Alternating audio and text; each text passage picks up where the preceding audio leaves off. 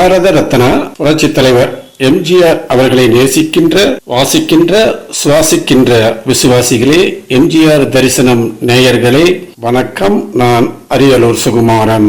பேரன்பிற்கும் வணக்கத்திற்கும் மரியாதைக்கும் உரிய பாரத ரத்னா புரட்சி தலைவர் டாக்டர் எம்ஜிஆர் அவர்களுடைய நூற்றாண்டு விழா நல் நிகழ்ச்சியை உலகமே வியக்கும் வண்ணம் இதனை மிக பிரம்மாண்டமாக நடத்தி கொண்டிருக்கின்ற இந்த அருமையான விஐடி பல்கலைக்கழகத்தினுடைய வேந்தர் ஐயா அவர்கள் தன்னுடைய செயலால், கல்வியால், உழைப்பால் தான் கண்ட கனவை நிறைவேற்றி இன்றைக்கு இத்தனை ஒரு பெரிய கல்வி ஆலயத்தை, பல்கலைக்கழகத்தை உருவாக்கியிருக்கிறார்கள் என்று சொன்னால் புரட்சித் தலைவருடைய பூரண ஆசி அவர்களுக்கு இருப்பதன் காரணமாகத்தான் இந்த நிகழ்ச்சியை இவ்வளவு அழகாக அவர் நடத்துகிறார். நாங்களும் எத்தனையோ விழாவில் போய் பார்த்துருக்கிறோம். அந்த விழாக்களில் இல்லாத ஒரு பெரிய மகிழ்வு. இன்னொரு ஆச்சரியத்தை பாருங்க, ஐயா அவர்கள், வணக்கத்திற்குரிய நினைவர வேந்தன் ஐயா அவர்கள், முனைவர் ஜிவி ஐயா அவர்கள் அமெரிக்காவிலே பட்டம் பெற்றவர்கள், அரசியலிலே பங்கு பெற்றவர்கள், எம்ஜிஆரின் ஆசி பெற்றவர்கள். காலை நிகழ்ச்சியிலே அவரோடு துணையிருந்து பணியாற்றிய அத்தனை பெருமக்களையும் வரவேற்று பெருமை சேர்த்தார்.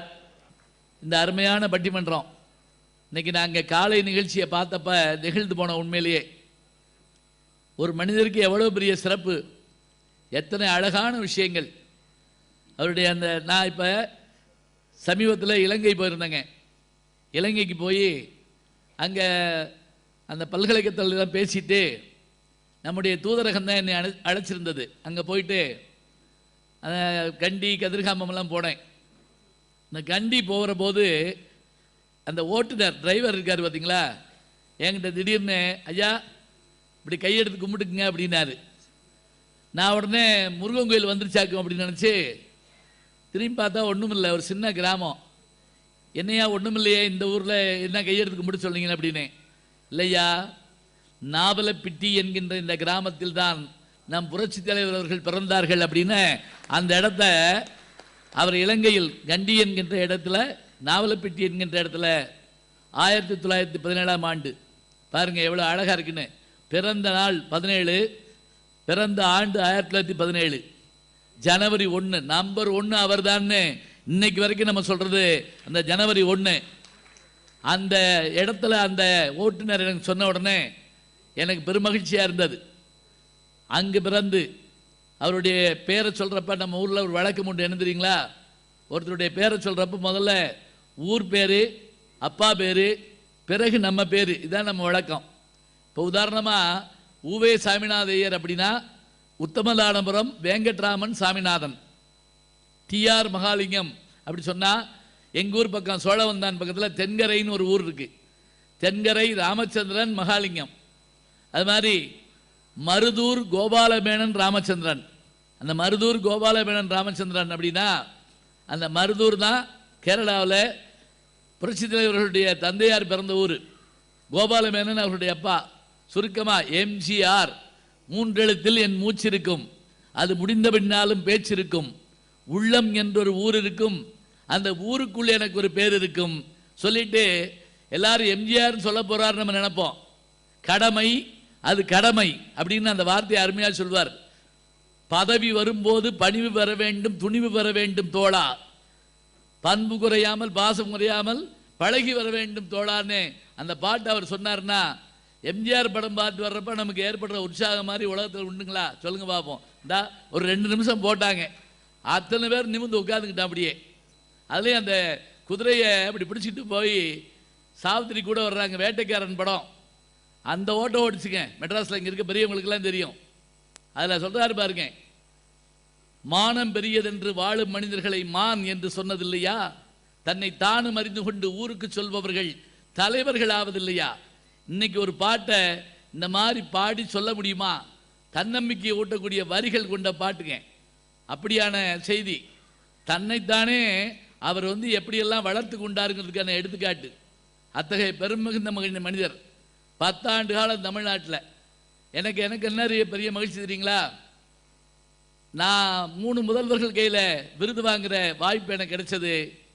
அதில் முதல் யார்கிட்ட நான் வாங்கினேன்னா புரட்சித் தலைவர் எம்ஜிஆர் அவர்கள்ட்ட அந்த விருதை நான் வாங்குகிற வாய்ப்பு கிடைச்சது. இந்த கைதட்டின 15 பேருக்கு நன்றி. எம்ஜிஆர்கிட்ட பரிசு வாங்கியிருக்கீங்கன்னா சத்தம் போட்டு கைதட்ட வேணாமா?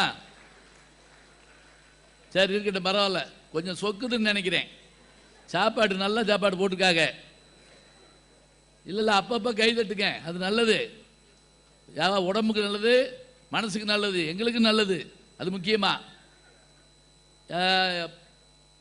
1984ஆவது ஆண்டு சென்னையில் வள்ளுவர் கோட்டத்தில் பொங்கல் திருநாளை முன்னிட்டு அகவை முதிர்ந்த தமிழறிஞர்களுக்கான விருது எங்கள் தந்தையார் கிடைக்க வேண்டியது.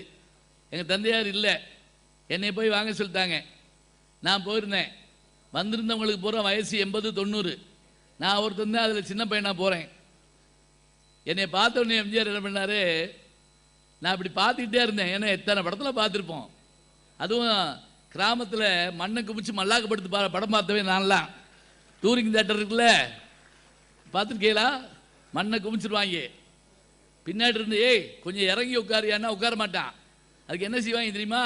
கொஞ்சம் கொஞ்சமாக அந்த மண்ணை இழுப்பாங்க. அவன் பழையபடி தரைக்கு வந்துடுவான். அப்படி படம் பார்த்த ஆள் நான். ஆன்னு பார்த்துட்டு இருக்கேன் எம்ஜிஆரை. அவர் என்ன பண்ணார் தெரியுமா? இப்படி கையை பிடிச்சி ஒரு சுண்டுங்க, ஃபோட்டோ எடுத்துக்கலையா அப்படின்னாரு. என்ன ஆச்சரியங்க! என்ன அவரோட ஃபோட்டோ எடுக்க ஊரே நிற்கிது. அவர் என்னை கேட்குறாரு, பார்த்துக்கிட்டே போனால் என்ன அர்த்தம்? ஃபோட்டோ எடுத்துக்கோ அப்படின்னாரு. அவரோடு எடுத்த ஃபோட்டோ இருக்கு பாருங்க.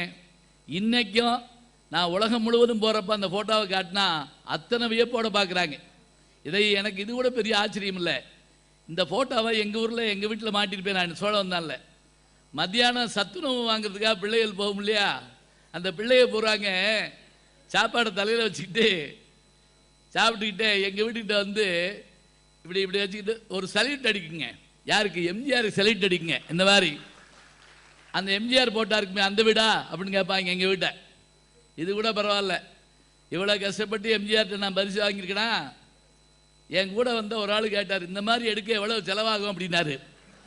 அந்த ஆள் என்ன நினச்சிருக்காரு, இந்த கட் அவுட்டோட போட்டோ எடுப்பாங்கல்ல அது மாதிரி எடுத்துருக்கான்னு நினச்சி அட போயா அப்படின்ட்டு நான்.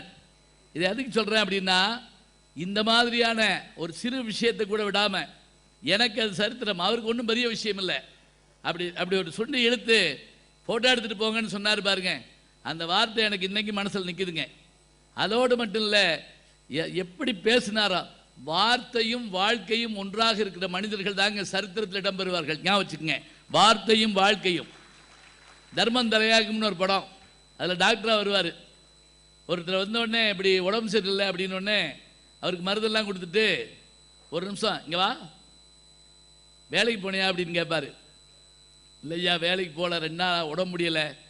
சரி இப்போ நீ சாப்பிட்ருக்க மாட்டேன் சொல்லிவிட்டு உடனே என்ன செய்வார் தெரியுங்களா? தான் பையிலேருந்து பணத்தை எடுத்து அந்த தொழிலாளி கையில் கொடுத்துட்டு, மருந்தை ஃப்ரீயாக வாங்கிக்கோ, இந்த பணத்தில் பிள்ளைகளுக்கு சாப்பாடு வாங்கி போடு என்ற அந்த சொல்லுகிற அந்த வார்த்தை இருக்குது பார்த்தீங்களா? இது சினிமா. நீ யாருக்கு சொன்னா சொல்லுங்க பார்க்கலாம், இது சினிமாவா? அதோடு மட்டும் இல்லைங்க, இப்படி பட்டு சட்டையை மடித்து விட்டுருப்பாராம். அந்த ஒவ்வொரு மடிப்புலையுமே 10 ரூபா நோட்டு, 50 ரூபா நோட்டு, 50 ரூபா இல்லை இப்போ 100 ரூபா நோட்டு எல்லாம் இருக்குமா. என்ன பண்ணுவாரா, ஷூட்டிங் முடிச்சுட்டு வர்றப்ப யார் பார்த்தாலும் சரி சாப்பிட்டியா கேட்டுட்டு அந்த மடிப்பை எடுத்தாருன்னா அதில் ஒரு ரூபாய் எடுத்து அவர்கிட்ட கொடுப்பாராம். ஒரு படம் பிரமாதமாக ஷூட்டிங் போயிட்டுருக்கு, பெரிய செட்டிங்ஸு எல்லாம் போட்டு எடுத்தாச்சு. எடுத்துட்டு பாட்டு முடிச்சு வெளியே போகிறாரு. அப்போ அந்த தொழிலாளர்களாம் ஒடியாந்து, அண்ணே இன்னையோட ஷூட்டிங் முடியுதுண்ணே, நாளைக்கு வேலை இல்லைண்ணே, பிள்ளைகளுக்கு சாப்பாட்டுக்கு வழி இல்லைண்ணே அப்படின்னாங்களாம். அப்படியா அப்படின்ட்டு உள்ளே திரும்பினாராம். அந்த ப்ரொடியூசரை கூப்பிட்டு, இந்த பாட்டை நம்ம எடுத்தோம் இல்லையா, இது இன்னும் கொஞ்சம் நல்லா எடுப்போமா வேறு மாதிரி அப்படின்னு இருக்காரு. தயாரிப்பாளருக்கு சந்தோஷம் தாங்க முடியல, இவருக்கு ஆல் சீட் கிடைக்கிறதே கஷ்டம், நல்லா எடுப்போமா, சூப்பராக அடிச்சு விடுவோம். அப்போ என்ன செய்யலாம், இந்த செட்டை கொஞ்சம் லேசாக மாற்றி அமைங்கன்னொன்னே மாற்றி அமைச்சு எவ்வளோ நாளில் எடுக்கலாம், 25 நாளில் எடுக்கலாம் அப்படின்னு இருக்காரு. 25 நாள் உடனே எடுத்துருக்கேன் அப்படின்ட்டோடனே எம்ஜிஆர் லேசாக திரும்பி அந்த பக்கம் பார்த்து, சரியா அப்படின்னாராம். இப்படி கும்பிட்டாங்களாங்க. அந்த பாட்டு எதுவாக இருந்துட்டு போதுங்க, நமக்கு என்னங்க. ஆனால் அந்த 25 வீட்டில் விளக்கறியணும் அந்த மனுஷன் நினச்சார் பார்த்தீங்களா, அந்த கொடையுள்ளந்தாங்க இன்றைக்கு நம்மளை அவரை பேச வச்சுக்கிட்டு இருக்கு. அது மட்டும் இல்லை, அவர் பழகிய நண்பர்கள், அவர் பார்த்த மனிதர்கள் இந்த போடுறாங்க பாருங்க. சக்கரவர்த்தி திருமகன்கிற படத்தில் பாட்டு போடுறப்ப அவர் சொல்கிற வார்த்தை நாடோடி மன்னன், அதுதான் அநேகமாக அரசியல் பிரகடனம்ங்கிற ஒரு வார்த்தை. அதில் சொன்ன உடனே குடிசைகள் அப்படின்னு கேட்ட உடனே தேவையில்லாத காலத்தால் கொளுத்தப்படும் அப்படிம்பார் ஒரு வார்த்தை. ஏழைகளுக்கு நிலம் பகிர்ந்தளிக்கப்படும் சொன்ன உடனே கீழே இருந்து நம்பியார், என்ன அநியாயம் அப்படிம்பாரு. அதாவது கொள்ள பேர் என்னென்ன சொல்கிறாங்க அப்படிங்கிறத பார்க்கறதுக்காக. இந்த படத்தோட வசனம் யார் தெரியுங்களா? கண்ணதாசன், ரவீந்திரன், 2 பேர். இன்னைக்கு நீங்கள் அந்த படத்தை பார்த்தீங்கன்னாலும் அவ்வளோ சந்தோஷமாக இருக்கும், அவ்வளோ மகிழ்ச்சியாக இருக்கும். காதல் காட்சியில் நடிக்கிறப்ப எம்ஜிஆர் அவர்கள் மாதிரியான அந்த முகத்தோற்றம் வேறு யாருக்குமே வராதுங்க. மலைக்கல்லன்னு ஒரு படம் இப்போ போட்டாங்க பாருங்க. எத்தனை காலம்தான் ஏமாற்றுவார் இந்த நாட்டிலே, சொந்த நாட்டிலே, நம் நாட்டிலே. இது பாருங்க, இன்னைக்கு நல்லா இருக்குன்னா நாடு இன்னைக்கு அப்படித்தான் இருக்குன்னு அர்த்தம், வேற ஒன்றும் இல்லை. அழகான வார்த்தை. அதில் பானுமதி நின்றுட்டு இருப்பாங்க, பேசிகிட்டு இருப்பார் எம்ஜிஆர். பேசிக்கிட்டே இருக்கப்ப திடீர்னு வரட்டுமா அப்படிம்பாரு. உடனே அவங்களுக்கு முகம் வாடி போகும், ஏன்னா காதலம் பிரிய போகிறாருன்னுச்சு. வரட்டுமா அப்படின்னொடனே எங்கே அப்படிம்பாங்க. உன் அருகில் அப்படிம்பாரு. வரட்டுமான்னு அவர் என்ன டெல்லிக்கா போக போகிறாரு? இது ரொம்ப பேருக்கு புரியல இன்னைக்கு இந்த பக்கம். இங்கே இருங்க, என் கூடவே வரணும் நீங்கள், சரியா? படம் பார்க்குறப்ப மல்லாக்கு போட்டு தூங்கிடக்கூடாது. இந்த சில பேர் இடவேளையை போய் எழுப்பி விடு அப்படிம்பாங்க. அந்த மாதிரிலாம் செய்யக்கூடாது. ரொம்ப சந்தோஷமாக உட்காந்து நமக்கு பிடிச்சவரை பற்றி பேசுகிறோம். யோசிச்சு பாருங்க, நம்ம வேற ஏதாவது பேசுகிறோமா? இதில் எம்ஜிஆர் ரசிகர் இல்லாத ஆள் யாராவது இருப்பீங்களா? சொல்லுங்க பார்க்கலாம். பாட்டில், வசனத்தில், சண்டையில், காட்சி, அந்த சண்டை போடுற காட்சி இருக்கு பாருங்க. அதுவும் இந்த நீரும் நெருப்புன்னு ஒரு படம். அந்த படத்தில் ஆனந்தன் ஒரு நடிகருங்க. அந்த காலத்தில் ஆனந்தனுடைய படத்தில் கத்தி சண்டைக்குன்னு அவர் தனியாக சொல்லுவாங்க. கத்தி சண்டைன்னா ஆனந்தம் அருமையாக போடுவார். தெய்வ திருமகன்னு அந்த படம்லாம் படம் வந்தது. அவர் என்ன பண்ணுவார் தெரியுங்களா?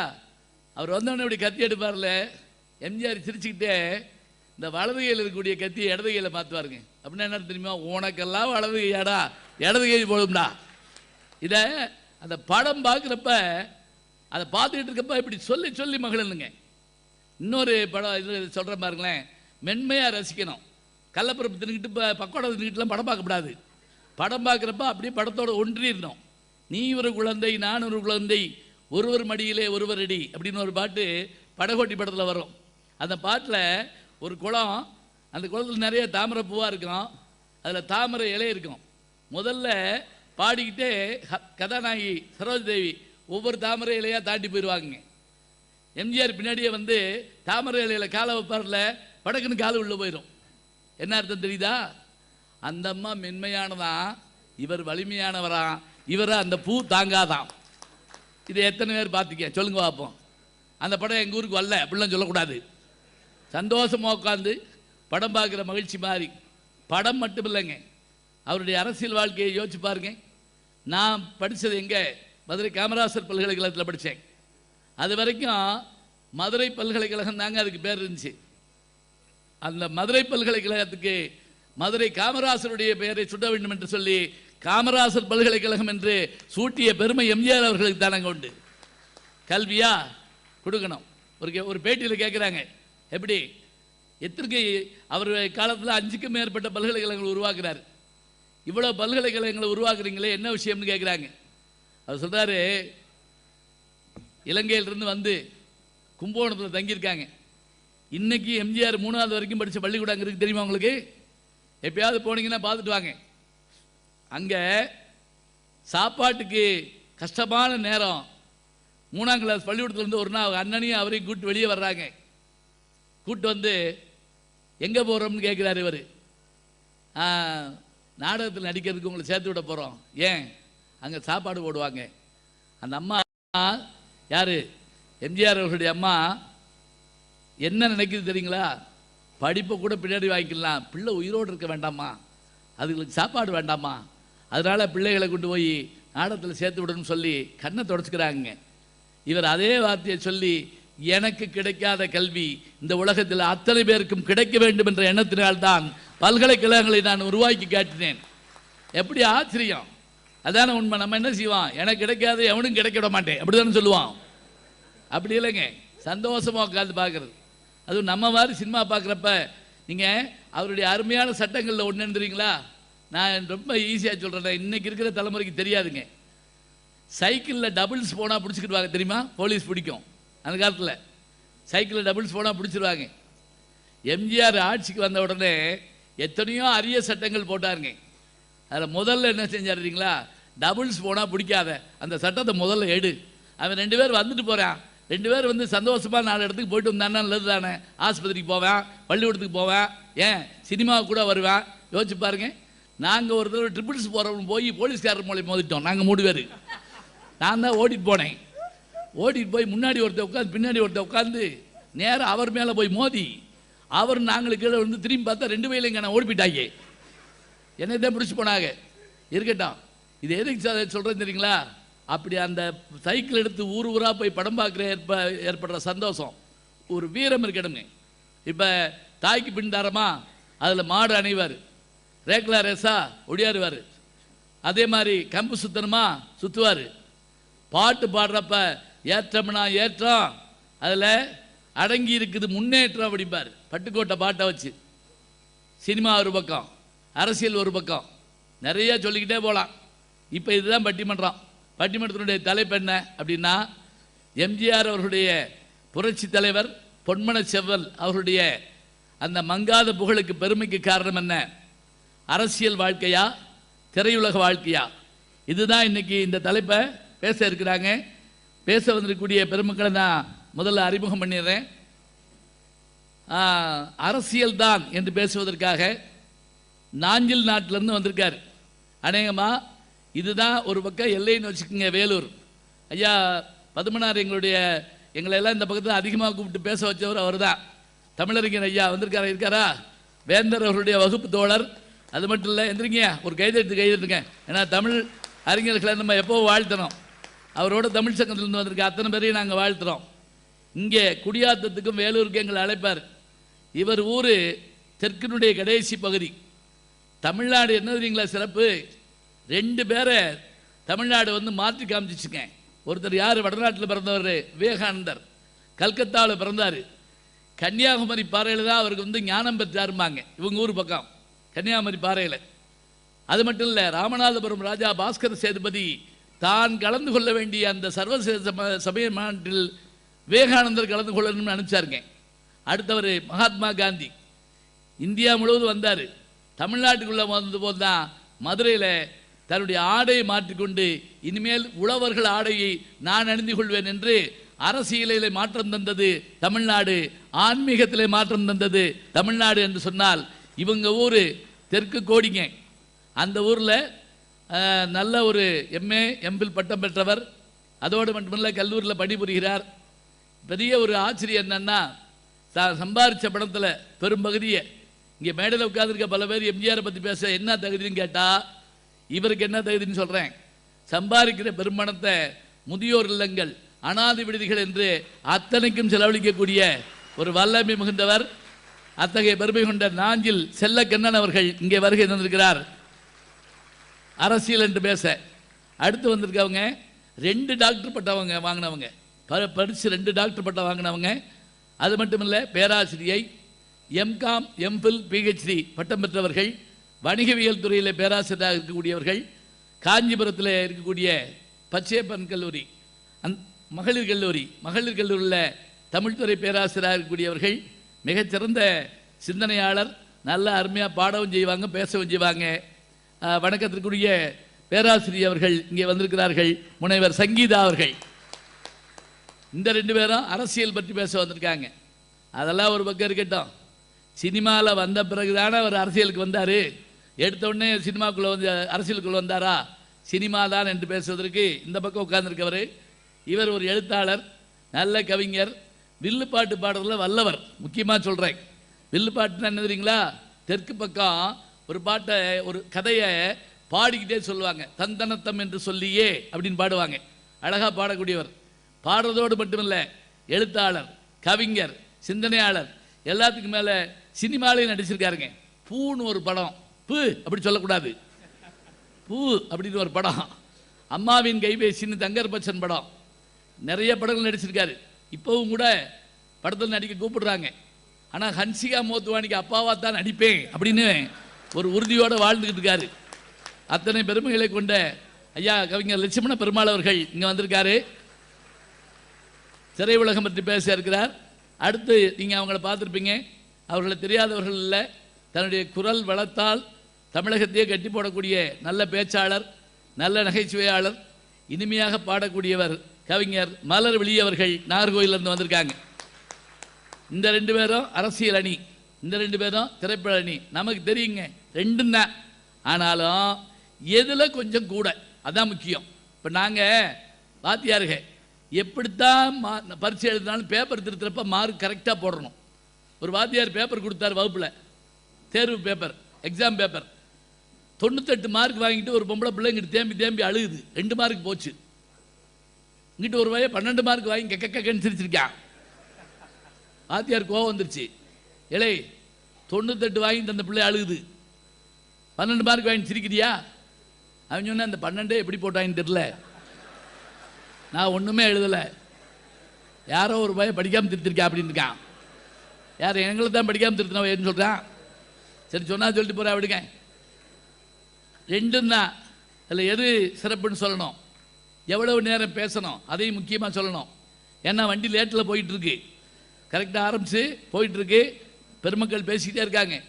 எனக்கு தெரிஞ்சு 3 நாளைக்கு இந்த விழா நடத்தணுங்க. அப்போ தான் நடத்திக்கிட்டே இருக்கலாம். அடுத்த விட்டால் ஐயாட்ட சொல்லி நடத்த சொல்லிடுவோம். இதில் அனைத்தலைவர்கள் 10லேருந்து 12 நிமிஷம் பேசுவாங்க. தொடர்ந்து வர்றவங்க அதுக்குள்ளே பேசுவாங்க. எதுக்கு நேரம் கொடுக்குறோம் தெரியுமா பேசுறதுக்கு? நான் ஒரு சின்ன கிராமத்துக்கு பேச போயிருந்தேன். அந்த ஊர் பஞ்சாயத்து போர்டு தலைவர்கிட்ட எவ்வளவு நேரம் பேசணுமியான்னு கேட்டேன். அவர் ஒடியாந்து என் கையை பிடிச்சிட்டாருங்க. என்னையா அப்படி கேட்குறீங்க, இது உங்கள் ஊரியா, எவ்வளவு நேரம் வேணாலும் நீங்கள் பேசுக்கியா, நாங்கள் போயிடுவோம்யா, எங்களுக்கு வேலை இருக்குல்ல அப்படின்னாரு. அப்புறம் நான் வேலை ஏற்றவனா ஊர் ஊராக போய் பேசிக்கிட்டு இருக்கேன், ஊர் ஊராக போய் பேசிக்கிட்டு இருக்கேன். அதனால் அணித்தலைவர்களுக்கான நேரம் சொல்லிட்டேன். நான் பேச வேண்டியது அவர்கள் கடமை, நேரத்தை பார்த்து மணி அடிக்க வேண்டியது என்னுடைய கடமை. உங்கள் கடமை என்னன்னா, இந்த பாருங்க கேமரா உங்களை நோக்கி வருது, இப்போ கைதட்டுங்க பார்ப்போம். அப்படி இருக்கணும். இந்த அந்த பக்கம் ஜிம்மி ஜிப்பி வருது, கைதட்டுங்க பார்க்கலாம். இது என்ன அது, இந்த பக்கம் தெலுங்கு ஆட்கள் உட்காந்துருக்காங்களா? ஒரு தடவை நல்லா கைதட்டுங்கப்பா, நல்லா அப்படியா. குழந்தைகள்லாம் என்ன அழகாக தட்டுறாங்க பெரியவங்க. இங்கே பாருங்க, இப்போ எங்களை நோக்கி கேமரா வருதுன்னு நீங்கள் நினைக்காதீங்க. உங்களை நோக்கி ஆணு கொட்டாய் விட்டுக்கிட்டு கூடாது. அப்புறம் நீங்கள் ஸ்க்ரீனில் வருவீங்க, நீங்களே நல்லா கொட்டாய் விட்டுருக்கலாமோ அப்படின்னு யோசிச்சோமோ.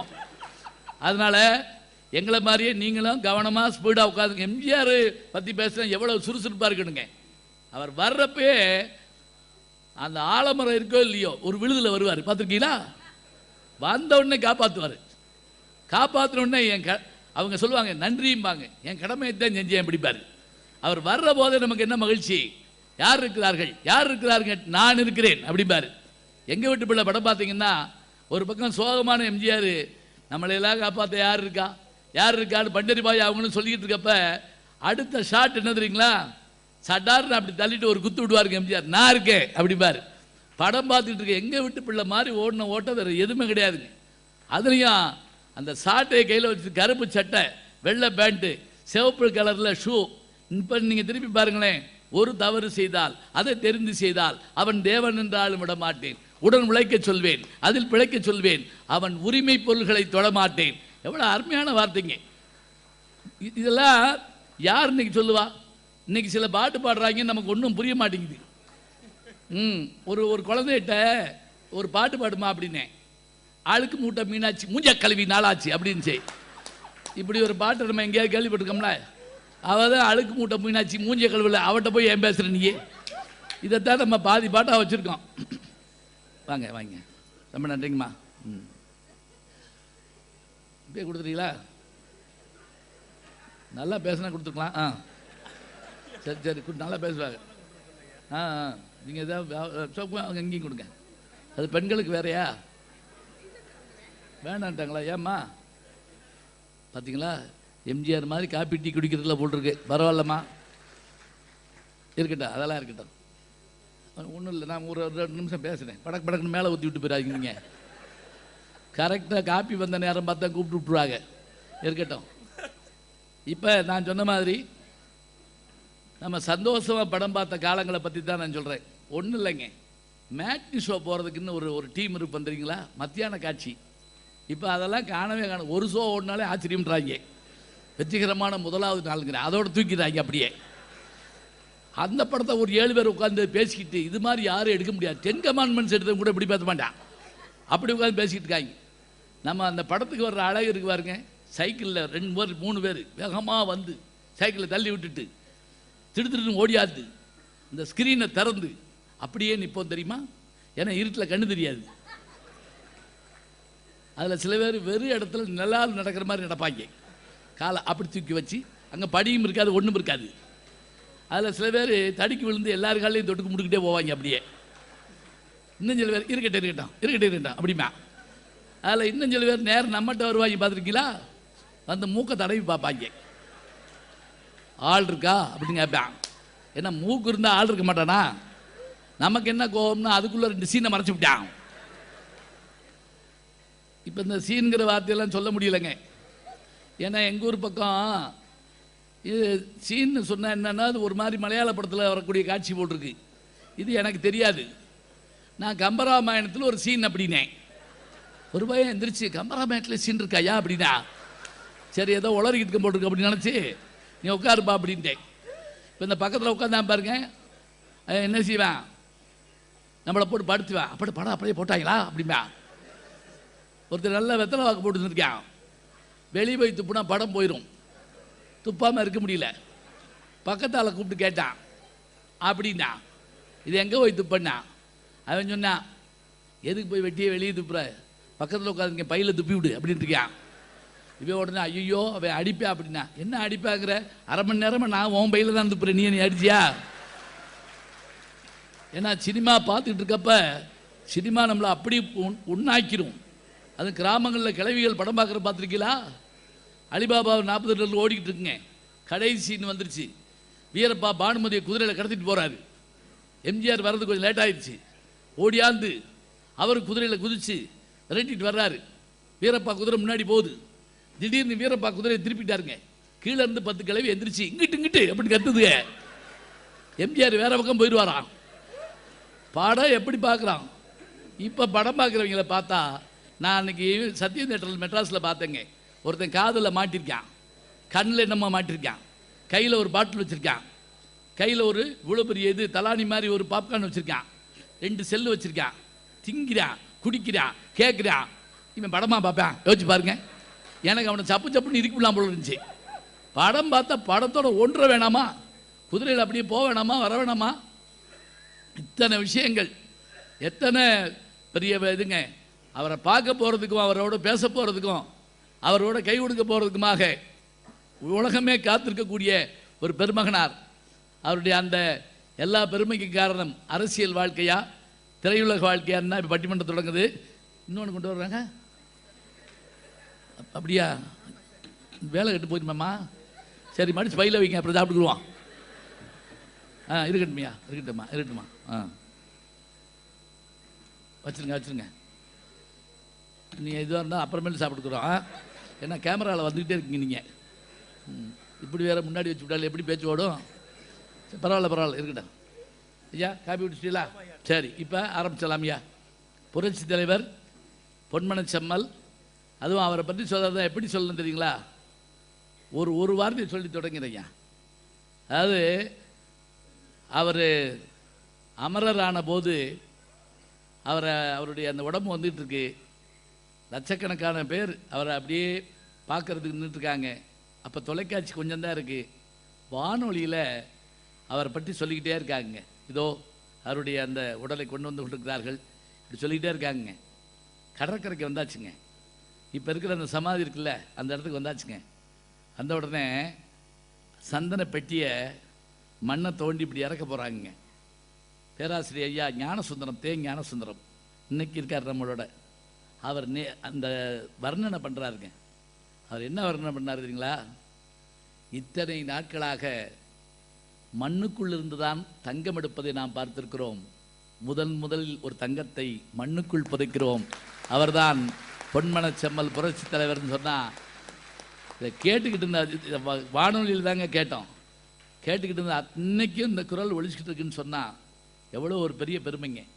பையத்துள் வாழ்வாங்கு வாழ்பவன் வானுரையும் தெய்வத்துள் வைக்கப்படும்னா தெய்வத்தோடு ஒப்ப குணமுடைய புரட்சி தலைவர்களுடைய புகழுக்கு காரணம் அரசியல் வாழ்க்கை தான் என்று பேசுமாறு செல்லக்கண்ணன் நாஞ்சில் செல்லக்கண்ணன் அவர்களை அழைத்து என் முதல் சுற்று பேச்சை நிறைவு செய்கிறேன். நன்றி, வணக்கம். சாதாரண மனிதனாக நுழைந்து சாதனை மனிதனாக சரித்திரம் படைத்து இன்று உலக தமிழர்களுடைய இதயத்திலே இதயக்கனியாக இருக்கக்கூடிய 8வது வள்ளல், 8வது உலக அதிசயம் புரட்சி தலைவர் பொன்மனச் செம்மல் அவர்களுடைய பெரும் புகழுக்கு பெரிதும் காரணமாக இருப்பது அரசியலே அப்படி எண்ணி சந்தேகமே இல்லாமல் சொல்ல முடியும். நடுவர் அவர்களே, அவர்களுடைய அடையாளமே அந்த அரசியல் தோற்றம் தானே. முதலமைச்சர் தோற்றம் எப்படி இருக்கும்? அதாவது அழகா ஒரு தொப்பி, கண்ணாடி, வேட்டி சட்டை, இத போட்டா தரையா அவ்வளவு சந்தோஷமா இருக்கு. அவர் சொன்னாருங்க, எப்படி தெரியுமா, வேற ஒண்ணு வேண்டாம், தொப்பியும் கண்ணாடி இருந்தா ஜெயிச்சிரும் அப்படின்னாரு. 2 போதும். மாரோட போட்டி நடக்குது அப்படின்னு சொன்னா, அதாவது அன்பேவா எம்ஜிஆரை விடவும் அடிமை பெண் எம்ஜிஆரை விடையும் பிள்ளைகள் எல்லாம் விரும்பி போடுறது அந்த அரசியல், அந்த முதலமைச்சர் அந்த தோற்றம் இருக்குல்ல, அந்த அடையாளத்தை தான் நம்ம அதிகமாக விரும்புவோம் அப்படின்னு சொன்னா அதுக்கு நிகர் அகிர்தா. இன்னொன்னு தெரிஞ்சுக்கணும், அதாவது திரை உலகத்துல மக்கள் திலகம் எங்கக்கூடிய ஒரு அற்புதமான பெயர், அரசியலிலே புரட்சி தலைவர் எங்கக்கூடிய ஒரு அற்புதமான பெயர். ஆனால் அரசியலிலே ஆட்சி நடத்துகிற பொழுது மக்கள் திலகத்தை புரட்சி தலைவர் வென்று விட்டார், அவரையே வென்று விட்டார், தன்னை தானே ஜெயித்து விட்டார் என்கிறது உண்மை. வேற ஒரு பயிலாளி ஜெயிக்க முடியாது. அதான் உண்மை. அதான் உண்மையில உண்மை. தன்னை தானே ஜெயிக்கணும். அதான் உண்மை. இல்லைன்னா ஆஸ்பத்திரியில இருக்கும்போது அரியாசனத்திற்கு வாய்ப்பு கிடைக்குமா? எவ்வளவு பெரிய வெற்றி, சாதாரண வெற்றியாது. அமெரிக்கால இருக்காருங்க, அமெரிக்கால அப்படி கையில எடுத்து சாப்பிட முடியல, கஷ்டப்படுறாரு. அதை எடுத்து எம்என் ராஜம் அவர்களுடைய குரல்ல ஆண்டிபட்டியில போடுறாங்க. இதோ நம்ம எல்லாம் சாப்பிட செய்த அந்த தெய்வம் தன்னுடைய கைகளில் உணவை எடுக்கிற போது நடுங்குகிறதுன்னு சொன்னாங்கல்ல. எவ்வளவு ஓட்டு விழுந்து தெரியுமா? எதிரி நிக்க முடியுமா? நடுவர் அவர்களே, இப்ப திரைப்படத்துக்கும் அரசியலுக்கு என்ன வித்தியாசம் அப்படின்னா, இப்ப திரைப்படத்துல பாருங்க, எம்ஜிஆர் அவர்கள் கையெழுத்து போடுற மாதிரி ஒரு காட்சி இருக்கும், யாருக்காவது உணவு கொடுக்கிறது மாதிரி ஒரு காட்சி இருக்கும், யாருக்காவது துணிமணி கொடுக்கிறது மாதிரி ஒரு காட்சி இருக்குன்னு வச்சுக்கங்களேன். இதெல்லாம் காட்சி, நம்ம எல்லாம் பார்த்துட்டு வந்துடுறோம். ஆனால் அரசியல் என்பது அப்படி அல்ல. அவர் ஆட்சியில் இருக்கக்கூடிய நேரத்தில் அவருடைய கையெழுத்து அந்த நாட்டினுடைய தலையெழுத்தையே மாற்றி இருக்கிறது. போடுங்க. அன்பே வேலை மாதிரி எனக்கு ஒரு ட்ரெஸ் கொடுங்கன்னு அவர்கிட்ட போய் கேட்க முடியுமா? இல்ல, எனக்கு ஒரு வேலை கொடுங்கன்னு முதலமைச்சராக இருந்தா போய் கேட்க முடியும். எத்தனை பேருடைய தலையெழுத்தை அது மாற்றி இருக்குங்க. ஒண்ணு தெரிஞ்சுக்கங்க, எத்தனை பேரை கையெழுத்து போட வச்சிருக்கிறது அவருடைய திட்டம். சாதாரணமான திட்டமா? வயிற்றுக்கு சோறிடல் வேண்டும் இங்கு வாழும் மனிதர்களுக்கெல்லாம். மகாகவி பாரதி சொன்னார், அதாவது இனி ஒரு உலகம் செய்வோம், எந்த நாளும் இனி ஒரு விதி செய்வோம், அதை எந்த நாளும் காப்போம், தனி ஒருவனுக்கு உணவில்லை எனில் ஜகத்தினையை அழித்துடும் அப்படின்னு சொன்னார். பசியை விட இந்த உலகத்துல கொடுமை என்னங்க? அதனால தான் அதாவது எம்ஜிஆர் அவர்கள் வெற்றி பெற்று பட்ஜெட் போடக்கூடிய முதல் பட்ஜெட் போட போறாரு. அந்த நேரத்தில் எல்லாரும் எதிராளிகள் எல்லாம் கேட்கறாங்க, அவருக்கு என்ன தெரியும், என்ன படிச்சிருக்காரு, அவருக்கு பட்ஜெட் போட தெரியுமா அப்படின்னு கேட்ட உடனே அழகா ஒரு பதில் சொன்னார். என்ன தெரியுமா? எனக்கு பட்ஜெட் போட தெரியுமோ இல்லையோ, பசியை பற்றி எனக்கு நல்லா தெரியும். அந்த அளவுக்கு இன்னைக்கு பாருங்க, மதிய உணவு திட்டத்தை சத்துணவு திட்டமாக மாற்றி மிகச் சிறப்பாக இன்னைக்கு அத்தனை பேரும் சாப்பிட்டுக்கிட்டு இருக்கோம். உலகம் உள்ளளவுக்கு சாப்பிடறதுக்குள்ள ஒரு வாய்ப்பு. இலவச சத்துணவு திட்டம் கிடைக்குமா? நினைச்சு பாருங்க. ஒண்ணு இல்லைங்க, திரைப்படத்துல எல்லாரும் அவரோட, அதாவது திரைவானில் ஜொலிக்கிற பொழுது அவரோடு பல நட்சத்திரங்கள் ஜொலித்தார்கள்.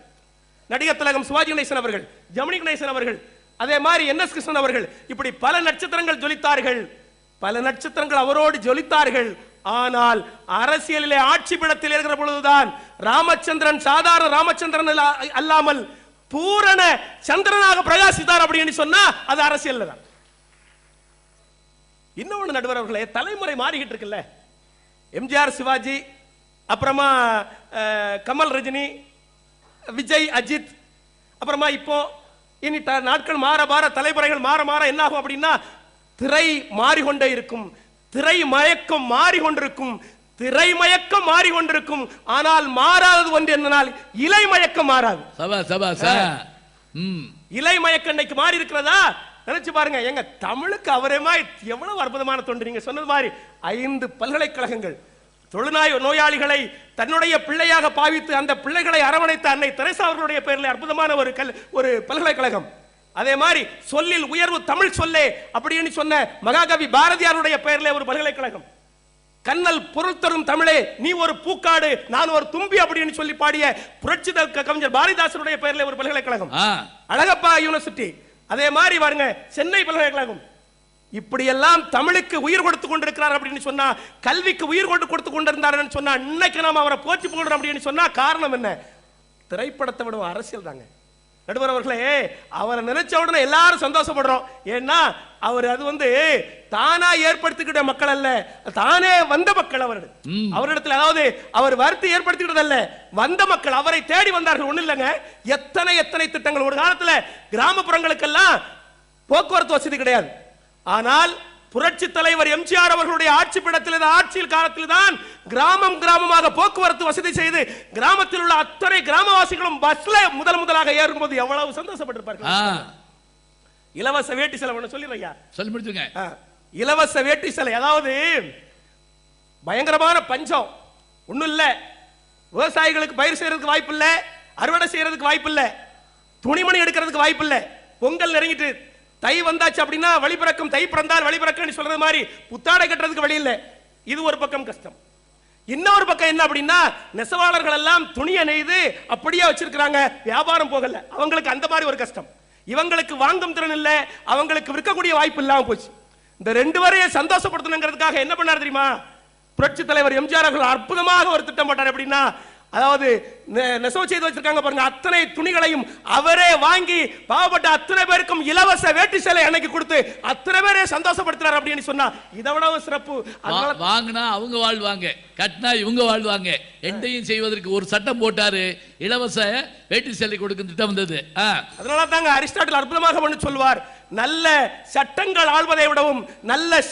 ஆள்வதை விடவும் நல்ல மனிதன் ஆள வேண்டும், அப்பொழுதுதான் ஒரு நாடு சிறக்கும் அப்படின்னு சொல்லிருக்காங்க. இன்னைக்கு அத்தனை பேருடைய வாழ்க்கை, ஒட்டுமொத்த தமிழகமே சிறப்பாக இருக்க வேண்டும் என்று சொல்லி தன்னையே அர்ப்பணித்த பொன்மன செம்மலுக்கு ஈடு இணை அவர் மட்டும்தான். அவருடைய பெரும்புகளுக்கு பெரிதும் காரணமாக இருப்பது திரைப்படம் ஒரு காரணமாக இருந்தாலும் அரசியல் தான் இன்று வாழ்ந்து கொண்டிருக்கிறது என்று சொல்லி வாய்ப்பளித்த அத்தனை பெருமக்களுக்கு நன்றி பாராட்டி விடைபெறுகின்ற நண்பு வணக்கம் ஐயா. நல்ல பிரமாதம். இப்படிதான் ஆரம்பிக்கிற வேகமா. படம் ஆரம்பிச்ச 10 நிமிஷத்துல தப்பி துள்ளி குதிச்சு உட்காரணும். நல்லா கேட்டாரு பாருங்க. இப்ப சினிமாவில் ஒரு கையெழுத்து போட்டாருன்னா அது படத்துக்கு தான். ஆனா அரசியல் வாழ்க்கையில் ஒரு கையெழுத்து போட்டாருன்னா கோடிக்கணக்கான குடும்பங்கள். எங்க சத்துணவு பிள்ளை மாத்திரமாங்க சாப்பிடுச்சு, சத்துணவு பணியாளர்களுக்கு வேலை கிடைச்சுங்க. அந்த வீட்டில் விளக்கரிய காரணமாக இருந்தது ஒரு கையெழுத்து தானே. அரசு என்பது எப்படிப்பட்டது, அந்த அரசை ஆள்வது எப்படிப்பட்டது, அப்படியான ஒரு விஷயத்தை ரொம்ப அழகா சொல்லியிருக்காரு. ஐயா வாங்க, திரைப்படம் தான் என்று பேசுவதற்கு ஐயா கவிஞர் லட்சுமண பெருமாள் அவர்கள் வருகிறார். வாங்க ஐயா. ஐயா, உலகம் சுற்றும் வாலிபனுடைய இந்த விழாவில் கலந்து கொள்வதே தான் மிகப்பெரிய பெருமை. அப்படி போடுங்கய்யா, உலகம் சுற்றும் வாலிபன். நான்லாம் அந்த காலத்தில் படம் பார்த்துருக்கேன்.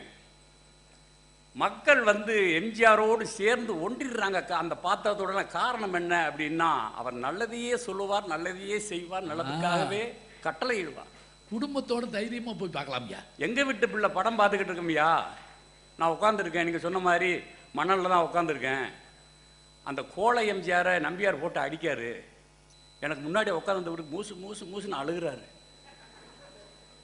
அப்படி அழுகிறாரு. அடிரா அடிரா, உன் புருஷன் இப்போ வருவான்டா. அந்த எம்ஜிஆர் வருவாராங்க. அடிரா வருவான்டா உன் புருஷன், நீ அடிரா அடிரா அப்படின்னுக்கிட்டே இருக்காரு. இவரை அடி வாங்க முடியாமல் இவரும் புருஷன் அழுது. திரும்பி பார்த்தா எல்லாரும் அழுகிறாங்க. அந்த எம்ஜிஆர் வந்தாரா இல்லையோ, இந்த ஆளை எந்திரிச்சு இருக்கிற ஆளையெல்லாம் மிதிக்க ஆரம்பிச்சிட்டாரு. அடியா அப்படி அடி அப்படி அடி, எல்லாரும் ஓடி ஓடி மிதிச்சு. அவங்கள ஒருத்தரும் ஒன்றும் சொல்லலை, அவங்கள சந்தோஷமாத்த மிதியை வாங்கிக்கிறாங்க. சரி சரி 2 மிதியோட விடப்பா, மிதிக்கானே அவர் வருத்தப்படல, 2 மிதியோட விடப்பா, 2 மிதியோட விடப்பா. ஆமா, எப்படி அந்த பார்த்தத்தோடு அவங்க ஒண்டிடுறாங்க. அதுதான் புரட்சி தலைவர் எம்ஜிஆர். நல்லவர் நல்லவர் மேல அடி விழுகப்படாது. அதை சொல்லுங்க. அவர் அப்படித்தான் சொன்னார் இல்லையா, நல்லவங்க கஷ்டப்படக்கூடாது, நல்லவர்கள் அடி வாங்கக்கூடாது என்று சொல்லி சொல்லி சொல்லி அவங்க வளர்த்தாரா இல்லையா. அதையே பண்ணிட்டு இருக்காங்க. பாடல்கள், ஒவ்வொரு பாடல்களும் எப்படி பாட்டு. அது அவர் காதல்ல தோல்வி அடைஞ்சு இவன் ஏன் வருத்தப்படுறான். அதுக்கானுங்க இப்போ காதலை தோல்விங்க வருத்தப்படுறானா, அவன் அங்கிட்ட போய் இன்னொன்று பார்த்துக்கிடுவான் விடு. ஆனால் இவர் கடைசி வரைக்கும் அந்த ஒரு பெண்ணை தான் எத்தனை எதிர்ப்பு வந்தாலும், எவ்வளவு எதிர்ப்பு வந்தாலும் சரி, ஒருவனுக்கு ஒருத்தி என்ற அந்த மந்திரத்தை ஏன் தெரியுங்களா? ராமச்சந்திரன் இல்லையா, அந்த அந்த அந்த அந்த கதையில் சொல்ற போது எவ்வளோ ஆச்சரியமான விஷயம் பாருங்க அது. அந்த மந்திரத்தை ஒருவனுக்கு ஒருத்தி எல்லா படங்களிலும் சொல்லி வந்திருக்கிறார். அழுகிறானே அவர் காதல் தோல்வி அடைஞ்ச உடனே, மின்னலாய் வகிடெடுத்து மேகமாய் தலைமுடித்து பின்னலாய் ஜடை போட்டு என் உசுர எடை போட்டு மீன் பிடிக்க வந்தவளே நான் பிடிக்க போனேனே மையெழுதும் கண்ணாலே பொய் எழுதி போனாலே. ஆசைக்கு ஆசை வச்சேன், நான் புறந்தான் காதலிச்சேன். ஓசையிடும் பூங்காற்றே நீதான் ஓடி போய் சொல்லிவிடு. பாட்டுக்கு பாட்டெடுத்து நான் பாடியதை கேட்டாயோ, துள்ளி வரும் வெள்ளலையே நீதான் தூது சொல்ல மாட்டாயோ என்று அவர் வருத்தத்தோடு பாடும்போது அப்படியே தியேட்டரில் கலங்கி போய் உட்காந்துருக்கானே. ஏன்? அவருடைய பாடலில் உண்மை இருக்கு. இப்போ என் பாட்டு படிக்கானே, வல்லேலக்கா வல்லேலக்கா வல்லேலக்கா, திருப்பூருக்கா கோயம்புத்தூருக்கா சாத்தூருக்கா விருதுநகர் இருக்கா மொக்கா மக்கா.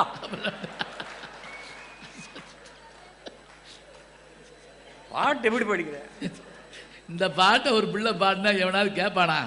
யோசிச்சு பாருங்க. திருப்பி போய் படிக்க முடியுமாதா? இது திருப்பி எப்படி படிச்சிக்கியா? இன்னைக்கு வரைக்கும் படிச்சுட்டு இருக்காங்கய்யா. அப்படியா? இன்னைக்கு வரைக்கும் எம்ஜிஆருடைய பாட்டை இன்னைக்கு வரைக்கும் படிக்கிறாங்களே. அந்த பாட்டை திருப்பி எங்கேயாவது படிச்சிருக்கானா? எம்ஜிஆர் பாட்டை படிக்கையா.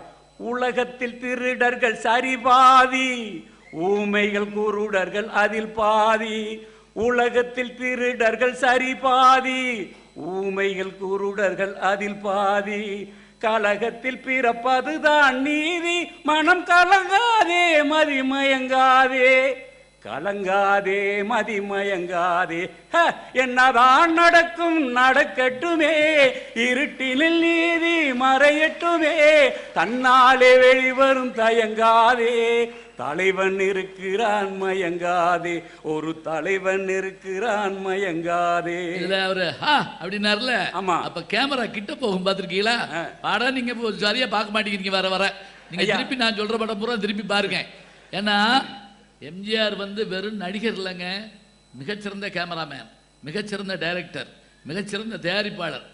எந்த இடத்த கொண்டு போய் வச்சா ஒரே ஒரு சீன் சொல்றேன். இந்த எங்க வீட்டு பிள்ளையில இந்த எம்ஜிஆர் நம்பியாரை போட்டு அடிக்கிறதுக்கு வருவார் பார்த்தீங்களா? அப்போ அந்த கதவை திறக்கிறப்பையா கேமரா அப்படி கீழே வச்சிருப்பாயா. அவர் அப்படி ஃபுல்லாக வருவார் பாருங்க ஸ்க்ரீனில். அவர் என்னமும் பண்ணலை, எந்திரிச்சு விசில் தூள் பறக்கும் அப்படியே. ஏன்னா நம்பியார் அடி வாங்க போகிறாராம். பாவம் யார் வீட்டு பிள்ளையா அவரு, அதுக்கு காசுதான் இருக்கட்டும். அதை காட்டுற போதே இந்த நான் ஆணையிட்டால் பாட்டில் பார்த்தீங்கன்னா சாட்டையை சுற்றிட்டு அடுத்த சீனில் இப்படி கீழே அந்த படியில் படுத்துட்டு பாருங்க. சிகப்பு கம்பளை விரிக்கப்பட்டிருக்கோம், கருப்பு சட்டை போட்டிருப்பாரு, மேலே இருந்து கேமராவில் காட்டுவாங்க. படம் பார்க்குற படம் என்னன்னா சும்மா உட்காந்து படம் பார்க்குறது காட்டு. சில பேர் குடும்பத்தோடு போய் அங்கே போய் மல்லு கட்டுவாங்க, பார்த்துருக்கீங்களா? அப்படி பார்க்காம பார்க்கணும். சொல்லுங்கய்யா. இந்த எங்க வீட்டு பிள்ளைய படத்தை விட்டுட்டு நம்ம அங்கிட்டு போக முடியலையே. அவ்வளவு சிறப்பு அது ஒரு படத்துலேயே இருக்கு. நான் அந்த படத்தை பேசுனது ஆரம்பத்தில் வரல, ஆனால் அங்கே எங்கள் வீட்டு பிள்ளை நீங்கள் ஆரம்பிச்சுக்கிட்டே நான் அதிலிருந்து பிடிச்சிக்கிட்டேன். என்ன மாதிரி ஆரம்பிச்சுக்கிட்டே இருப்பேன் நான். அது எங்கள் வீட்டு பிள்ளை பாடலுடைய விநியோகஸ்த உரிமையை சென்னையில் அவர் தான் வாங்கினார், எம்ஜிஆர் வாங்கினார். அவர் நாகிரெட்டி சக்கரவர்த்தி இருந்து வாங்கி அந்த படம் அந்த மாதிரி ஓடும்னு யாரும் எதிர்பார்க்கல. சிறுவன்லாம் 4 தியேட்டரில் 4 வருஷமாக ஓடிக்கிட்டு இருக்கு. அப்படி பிரம்மாண்டமான படம் வசூல் கொட்டி குமிச்சிருச்சு. விநியோகஸ்தர் வாங்கின இவருக்கு அளவுக்கு மீறி பணம் வந்துருச்சு. அப்போ இவர் என்ன பண்ணார், இவ்வளோ பணம் நமக்கு எதுக்கு, இது மூலதனம் போட்டு படம் எடுத்தாங்களே அவர்கிட்ட கொண்டு கொடுத்துருவோம்னு சொல்லி நாகிரெட்டி சக்கரவர்த்தி தேடி போய் பார்த்தேன். ஐயா எனக்கு பணம் இவ்வளோ பணம் வேண்டாம், இது ரொம்ப ஜாஸ்தியாக இருக்குது, இந்த பணத்தை நீங்களே வச்சுக்கோன்னு கொடுக்குறாரு. அவங்க பார்த்தாங்க, உலகத்திலேயே காந்தியை தான் சொல்லுவாங்க, இந்த மாதிரி மனுஷன் இனிமேல் இப்படியெல்லாம் ஒரு காலத்தில் வாழ்ந்தான்னு பின்னாடி சொன்னால் நம்ப மாட்டாங்க. ஆனால் எம்ஜிஆரும் இப்படித்தான் வாழ்ந்தாருன்னு சொல்லி பின்னாடி நம்ம சொல்ல வேண்டிய கட்டாயம் வந்துருச்சு. இப்படிப்பட்ட மனுஷன் இருப்பானா? லாபம் நிறையா இருக்குன்னு கொடுத்த மனுஷன் எங்கேயாவது இருப்பானா? அவர் வாங்கிட்டு அவங்க சொல்கிறாங்க, எங்களுக்கு வேண்டாம் ஐயா, அது உங்கள் லாபம், அது எங்களுக்கு கொடுத்தீங்கன்னா எங்களுக்கு பாவம் பிடிக்கவா? நீங்கள் எப்படி எங்களுக்கு கொடுக்குறீங்களோ அதே மாதிரி எங்களுக்கு அது வேண்டாம். நீங்கள் தான் தர்ம காரியங்கள் நிறையா பண்ணுறீங்களே, நீங்கள் அதுக்கு எதுக்காக கொடுங்க. டான்ஸ் ஸ்கூல் போய் நிதி கொடுத்தீங்க, ரிக்ஷாக்காரர்களுக்கு ஸ்போர்ட் வாங்கி கொடுத்தீங்க, எவ்வளவு நீங்கள் பண்ணியிருக்கீங்க. அது மாதிரி தர்மம் பண்ணிட்டு போங்களேன், எங்களுக்கு எதுக்கு கொடுக்குறீங்க அப்படின்னு சொல்லிட்டாங்க. அதைத்தான் அந்த உண்மை தாங்க அவர்கிட்ட. அதைத்தான் எல்லா தயாரிப்பாளர்களும் அவருக்காக கால் ஷீட்டு காத்து கிடந்தானா. எதுக்காக காத்து கிடந்தான்? உள்ளத்தில் வைத்ததை உதட்டினில் வைப்பவன் எவனோ அவனே மனிதன், எவனோ அவனே மனிதன். ஊரார் உழைப்பில் உயிரை வளர்ப்பவன் உலகத்தில் கோழைகள் தலைவன், உலகத்தில் கோழைகள் தலைவன். கோழைகளுக்கு சங்கம் வச்சு அதுல தலைவனா இருந்திருக்காங்கயா. நாளொரு மேடை பொழுதொரு நடிப்பு அவன் பேர் மனிதன் அல்ல, நாவினில் ஒன்று நினைவினில் ஒன்று அதன் பேர் உள்ளமல்ல என்று அந்த அந்த பாத்திரமாகவே வாழ்ந்து இருக்கிறார். அதே மாதிரி வாழ்ந்து காட்டியிருக்கிறார். எனக்கு மணி அடிக்க விருப்பம் இல்லதான். உண்மையை சொல்ல போனா எம்ஜிஆர் படத்துக்கு ஒருத்தர் எம்ஜிஆர் பத்தி பேசுறது கூட அப்படியே அவன் வாய மூடு அப்படிம்போம்ல. இப்ப என்னை அவர் வைய போறாரு. ஆனா அடுத்த நிகழ்ச்சிக்கு அதுதானுங்க. சொல்லுங்கய்யா. அதே மாதிரி தமிழ்நாடுனா என்ன, தமிழர்களுடைய சங்க இலக்கியம் என்ன சொல்லுது? அந்த இலக்கியத்திலே அந்த ஒரு காதலையும் வீரத்தையும் மாறி மாறி சுட்டி காட்டிக்கிட்டே வர்றாங்களே, அதை அப்படியே அனுப்புறகாமல் தன்னுடைய படத்திலே கொண்டு வந்தவர். அந்த வீரம், பெண்களுக்கு அந்த மானம், அது இல்லாத ஒரு படத்தை நீங்க சொல்லிட்டு பார்ப்போம். எம்ஜிஆர் படத்தை. எம்ஜிஆர் நோயாளியாவே வரமாட்டார், பார்த்துருக்கீங்களா? இப்ப பல படங்கள்ல கேன்சர் வந்து அதுக்கு காதலிக்கிறாங்க, சாகரத்துக்குள்ள தாலியை கட்டி கொடுங்க அப்படிங்கிறாங்க. இது இப்படியா சொல்லுவாங்க? அதில் பாருங்க எத்தனை பேர் ஜெயிப்பார். விக்ரமாதித்தன் ஒரு படம்ங்க, எம்ஜிஆர் படம். ஒரே நேரத்தில் 8 பாஷை பேசுவார். அதில் நீங்கள் அதை ஒரே ஷாட்டில் எடுத்துருப்பாங்க. அது திருப்பி பாருங்க. அதை தான் தன்னை பின்பற்றுகிறவர்கள் தான் ஒரு தவறு செய்த மாதிரி படத்தில் நடித்தா அவங்களும் அது மாதிரி தவறு செய்வாங்கன்னு சொல்லி சிகரெட் குடிக்கிற மாதிரி அவர் நடித்ததில்லை, அவர் குடித்ததும் இல்லை. அப்படி குடிக்கிற மாதிரி நடிச்சதும் இல்லை, அவருடைய வாழ்க்கையில் பின்பற்றதும் இல்லை. ஏன் தன்னை பின்பற்றக்கூடியவர்கள் அந்த தவறை செய்வார்கள், நாம் முன்மாதிரி இருக்கக்கூடாது என்று சொல்லி அது சரியாக பின்பற்றி வந்தார். ஒரே ஒரு படத்துல இந்த ஒளி விளக்குன்னு நினைக்கிறேன், ஒளி விளக்குல குடிக்கிற மாதிரி வருமேயா. ஒரு ஆள் குடிச்சிட்டு லப்பிட்டு வருவாரியா, 4 எம்ஜிஆர் அவரை வசவா வஞ்சி மானகட்ட வாசு வஞ்சி பதிக்கிட்டே திரிவார். அதாவது ஒரு எம்ஜிஆருக்குள்ள இருந்து 4 எம்ஜிஆர் வந்து இந்த 4 பேரும் சொல்ற ஒரு வார்த்தை, தைரியமாக சொல், நீ மனிதன் தானா? இல்லை, நீதான் ஒரு மிருகம். குடிச்சவனை எப்படி சொல்லணுங்கிறத தன்னைத்தானே வச்சு காட்டின படம் அந்த படம். ஒரு கவிஞர் சிவாஜி கணேஷ்ட போய் கேட்டார், அண்ணே எம்ஜிஆரை விட உங்களுக்கு கொஞ்சம் மண்டக்கணம்னு சொல்லி சொல்றாங்களே அண்ணே, பேசிக்கிறாங்கல்லண்ணே அப்படின்னு சிவாஜி கிட்ட கேட்டுக்காரு. சிவாஜியை கேட்டோன்னு சிரிச்சாராம் அவர். அப்போ ஒன்று சொல்ல கேட்டுக்கோ, நான் வந்து மண்டக்கணமாலாம் இல்லை, அண்ணனை வச்சு தான் என்னைய கணக்கு போடுறாங்க. அண்ணன் என்ன பண்ணுவாருன்னா, எங்கேயாவது அண்ணன் உட்காந்துருக்கிற இடத்துல ரட்டக்கால் போட்டு உட்காந்துருக்கிற பார்த்துருக்கியா? போட்டாவது பார்த்துருக்கியா? நீயே சினிமாவிலையாவது ரட்டக்கால் போட்டு உட்காந்துருக்காரா? இப்படி உட்காரவே மாட்டேன், நேராக கால் வச்சு தான் உட்காந்துருப்பார். ரெண்டாவது, நான் தொடர்ந்து சிகரெட் குடிக்கிறேன், செயின் ஸ்மோக்கர். நான் எங்கே போனாலும் ரட்டக்கால் போட்டு தான் உட்காந்துருப்பேன். அவர் நேராக உட்காந்துருப்பார். வந்தவொடனே யாராவது கும்பிட்டா பளிச்சின்னு எந்திரிச்சு வேகமாக கும்பிட்டுருவாரு, தோளில் கையை போட்டு கூப்பிட்டு பேசிக்கிட்டே போவார். நான் அப்படி இல்லை, ரட்டக்கால் போட்டிருக்கேனா, சிகரெட் வச்சுருக்கேனா, என்னை பார்த்தா வணக்கம்மா நான் அப்படின்றேன். இருக்காது, நான் அப்படி இருக்கேன், நான் அப்படி சொல்கிறேன். அவர் சரியாக இருக்காரு, அதெல்லாம் கரெக்டாக இருக்காரு. இவ்வளோதான்ப்பா வித்தியாசம், எனக்கு மண்டக்கணமெல்லாம் ஒன்றும் கிடையாது. அவர் இயல்பிலேயே நல்ல மனுஷன்ப்பா என்று சொல்லி இயல்பிலேயே நல்ல மனுஷனாக இருக்க போயிட்டான். குடித்தால் கூட தவறு என்று 4 எம்ஜிஆர், ஒரு எம்ஜிஆர் வசம் வாங்குறாரு, பம்பிக்கிட்டே திரிவார். இப்படி குடிச்சிட்டுமே 4 பேர் நம்மளை வைறாங்களேன்னு சொல்லி. மானை போல் மானம் என்றாய், நடையில் மத யானை நீயே என்றாய், வேங்கை போல் வீரம் என்றாய், அறிவில் உயர்வாக சொல்லி கொண்டாய், மதுவால் விளங்கினும் கீழாய் சபா, சபா, சபா, சா. தைரியமாகச் சொல்லி மனிதன் தானா மனிதன் தானா என்று தன்னுடைய பின்பற்றவர்களும் இதேபோல் இருக்க வேண்டும் என்று சொல்லி கரெக்டாக தன்னுடைய கொள்கையை எந்த படத்திலும் கொஞ்சம் கூட பணத்திற்காக கொஞ்சம் கூட விலகி அவர் நடித்ததே கிடையாது. அதே போல தமிழர்களுடைய மானத்தையும் வீரத்தையும் தமிழ் பெண்களுடைய அந்த வெட்கம் அந்த 4 குணத்தையும் தன்னுடைய எல்லா படத்திலும் சொல்லி வருவார். அச்சம் மடம் நாணம் பயிர்ப்பு. ஆமா, அடைஞ்சால் அகநானூறு புலர்ந்தால் புறநானூறு என்று சொல்வதை தன்னுடைய படங்களெல்லாம் சொன்னவர் புரட்சித் தலைவர் எம்ஜிஆர் அவர்கள். வானம் குலமாதர் முகம் பார்த்ததில்லை, வஞ்ச நினைவெங்கள் மனம் பார்த்ததில்லை, வீரர் விழித்தாழ்ந்து நிலம் பார்த்ததில்லை, வெற்றி திருமாது நடைபோடும் இல்லை, நாடு அதை நாடு அதை நாடாவிட்டால் ஏது வீடு என்று சொல்லி இதே தெய்வம் நமது அந்த அண்ணாவனுடைய அந்த வழியிலேயே பிறழாமல் தன்னுடைய திரைப்படத்தை ஒவ்வொரு கதையிலும் கொண்டு வந்தவர். அதையே தன்னுடைய அரசு கட்டிலும் அமுல்படுத்தியவர் புரட்சித் தலைவர் எம்ஜிஆர் அவர்கள் என்று சொல்லி வாய்ப்புக்கு நன்றி கூறி விடைபெறுகிறேன். நன்றி, வணக்கம். அல்ல இப்போ எங்களை மாதிரி ஆளுகள்லாம் எப்போ கூப்பிடணும்னா, ஐயா இந்த நிகழ்ச்சி போக சிவராத்திரி வைகுண்ட கூப்பிட்டீங்கன்னு வைங்களேன், விடியக்கால வரைக்கும் பாடிட்டு அப்படியே குளிச்சுட்டு கோயிலுக்கு போயிட்டு போயிடலாம். என்ன அழகான பாட்டு பாருங்க. அவர் எடுக்கிற போதே அவ்வளோ மகிழ்ச்சியாக இருக்குது. ரொம்ப சந்தோஷமான நிகழ்ச்சி. அவர் பக்கம் பக்கமாக வச்சுருக்காரு. ஐயா போகிறப்ப காரில் பேசிக்கிட்டே போவோம், மறந்து போயிடக்கூடாது, இருக்கட்டும். இப்போ நீங்கள் கவனமாக உட்காந்துக்கிறோம். பெண்கள் பேச வர போகிறாங்க. நம்ம நாட்டில் பெண்கள் பேசினா மரியாதை அதிகம். எப்படிங்கிறீங்களா? வீட்டு வாசலில் கல்லு பிள்ளையார் மாதிரி ஆம்பளை உட்காந்துருப்போம். ஒரு பிச்சைக்காரன் கூட நம்மகிட்ட சோறு கேட்டதில்லை. அம்மா தாய் நம்மளை கேட்டுக்கணா, எப்பா பெரியப்பா 2 இட்லி போட்டு கேட்டுக்கணா. பஸ்ஸில் கூட எங்கள் ஊர் பக்கம்லாம் ஆம்பளை சீட்டில் பொம்பளை உட்காந்துக்கலாம். தப்பி தவறி ஒரு பொம்பளை சீட்டில் ஒரு ஆம்பளை உட்காரட்டும், சில கிளவி அந்நிய மாதிரி தலையை விரிச்சு போட்டு ஆடிடும். எந்திரி நாட்டை கெடுத்த நாய். அவன் காசில் தென்காசி போயிட்டு இருப்பான். அதை பஸ்ஸில் எழுதி போட்டுக்கலாம். படித்து பார்த்தேன். பெண்களுக்கு எத்தனை எழுத்து, பெண்கள், பூவையர், வளைக்கரம், மகளிர், இத்தனையும் பார்த்தாது இங்கிலீஷில் லேடிஸ். ஆண்களுக்கு ஆண்கள் எழுதாட்ட பரவாயில்லைங்க, திருடர்கள் ஜாக்கிரதை அப்படின்னு எழுதி போட்டுது. இது யார் இதில் எழுதுனான்னு தெரில. எப்படியோ போட்டு போங்க.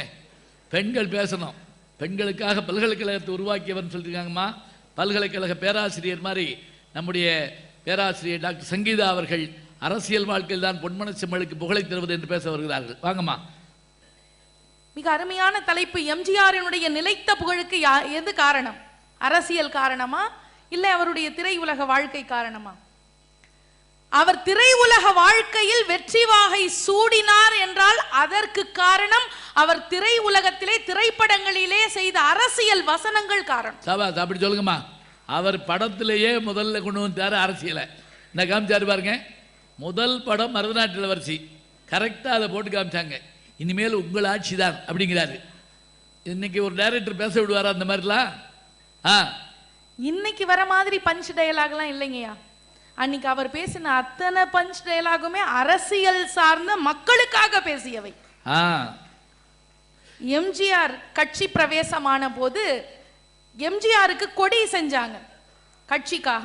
அந்த கொடியில நிறத்தை பார்த்தீங்கன்னா மேல கருப்பு, கீழே சிகப்பு, நடுவுல என்ன படம் வைக்கலான்னு பல விமர்சனங்கள் வந்தது.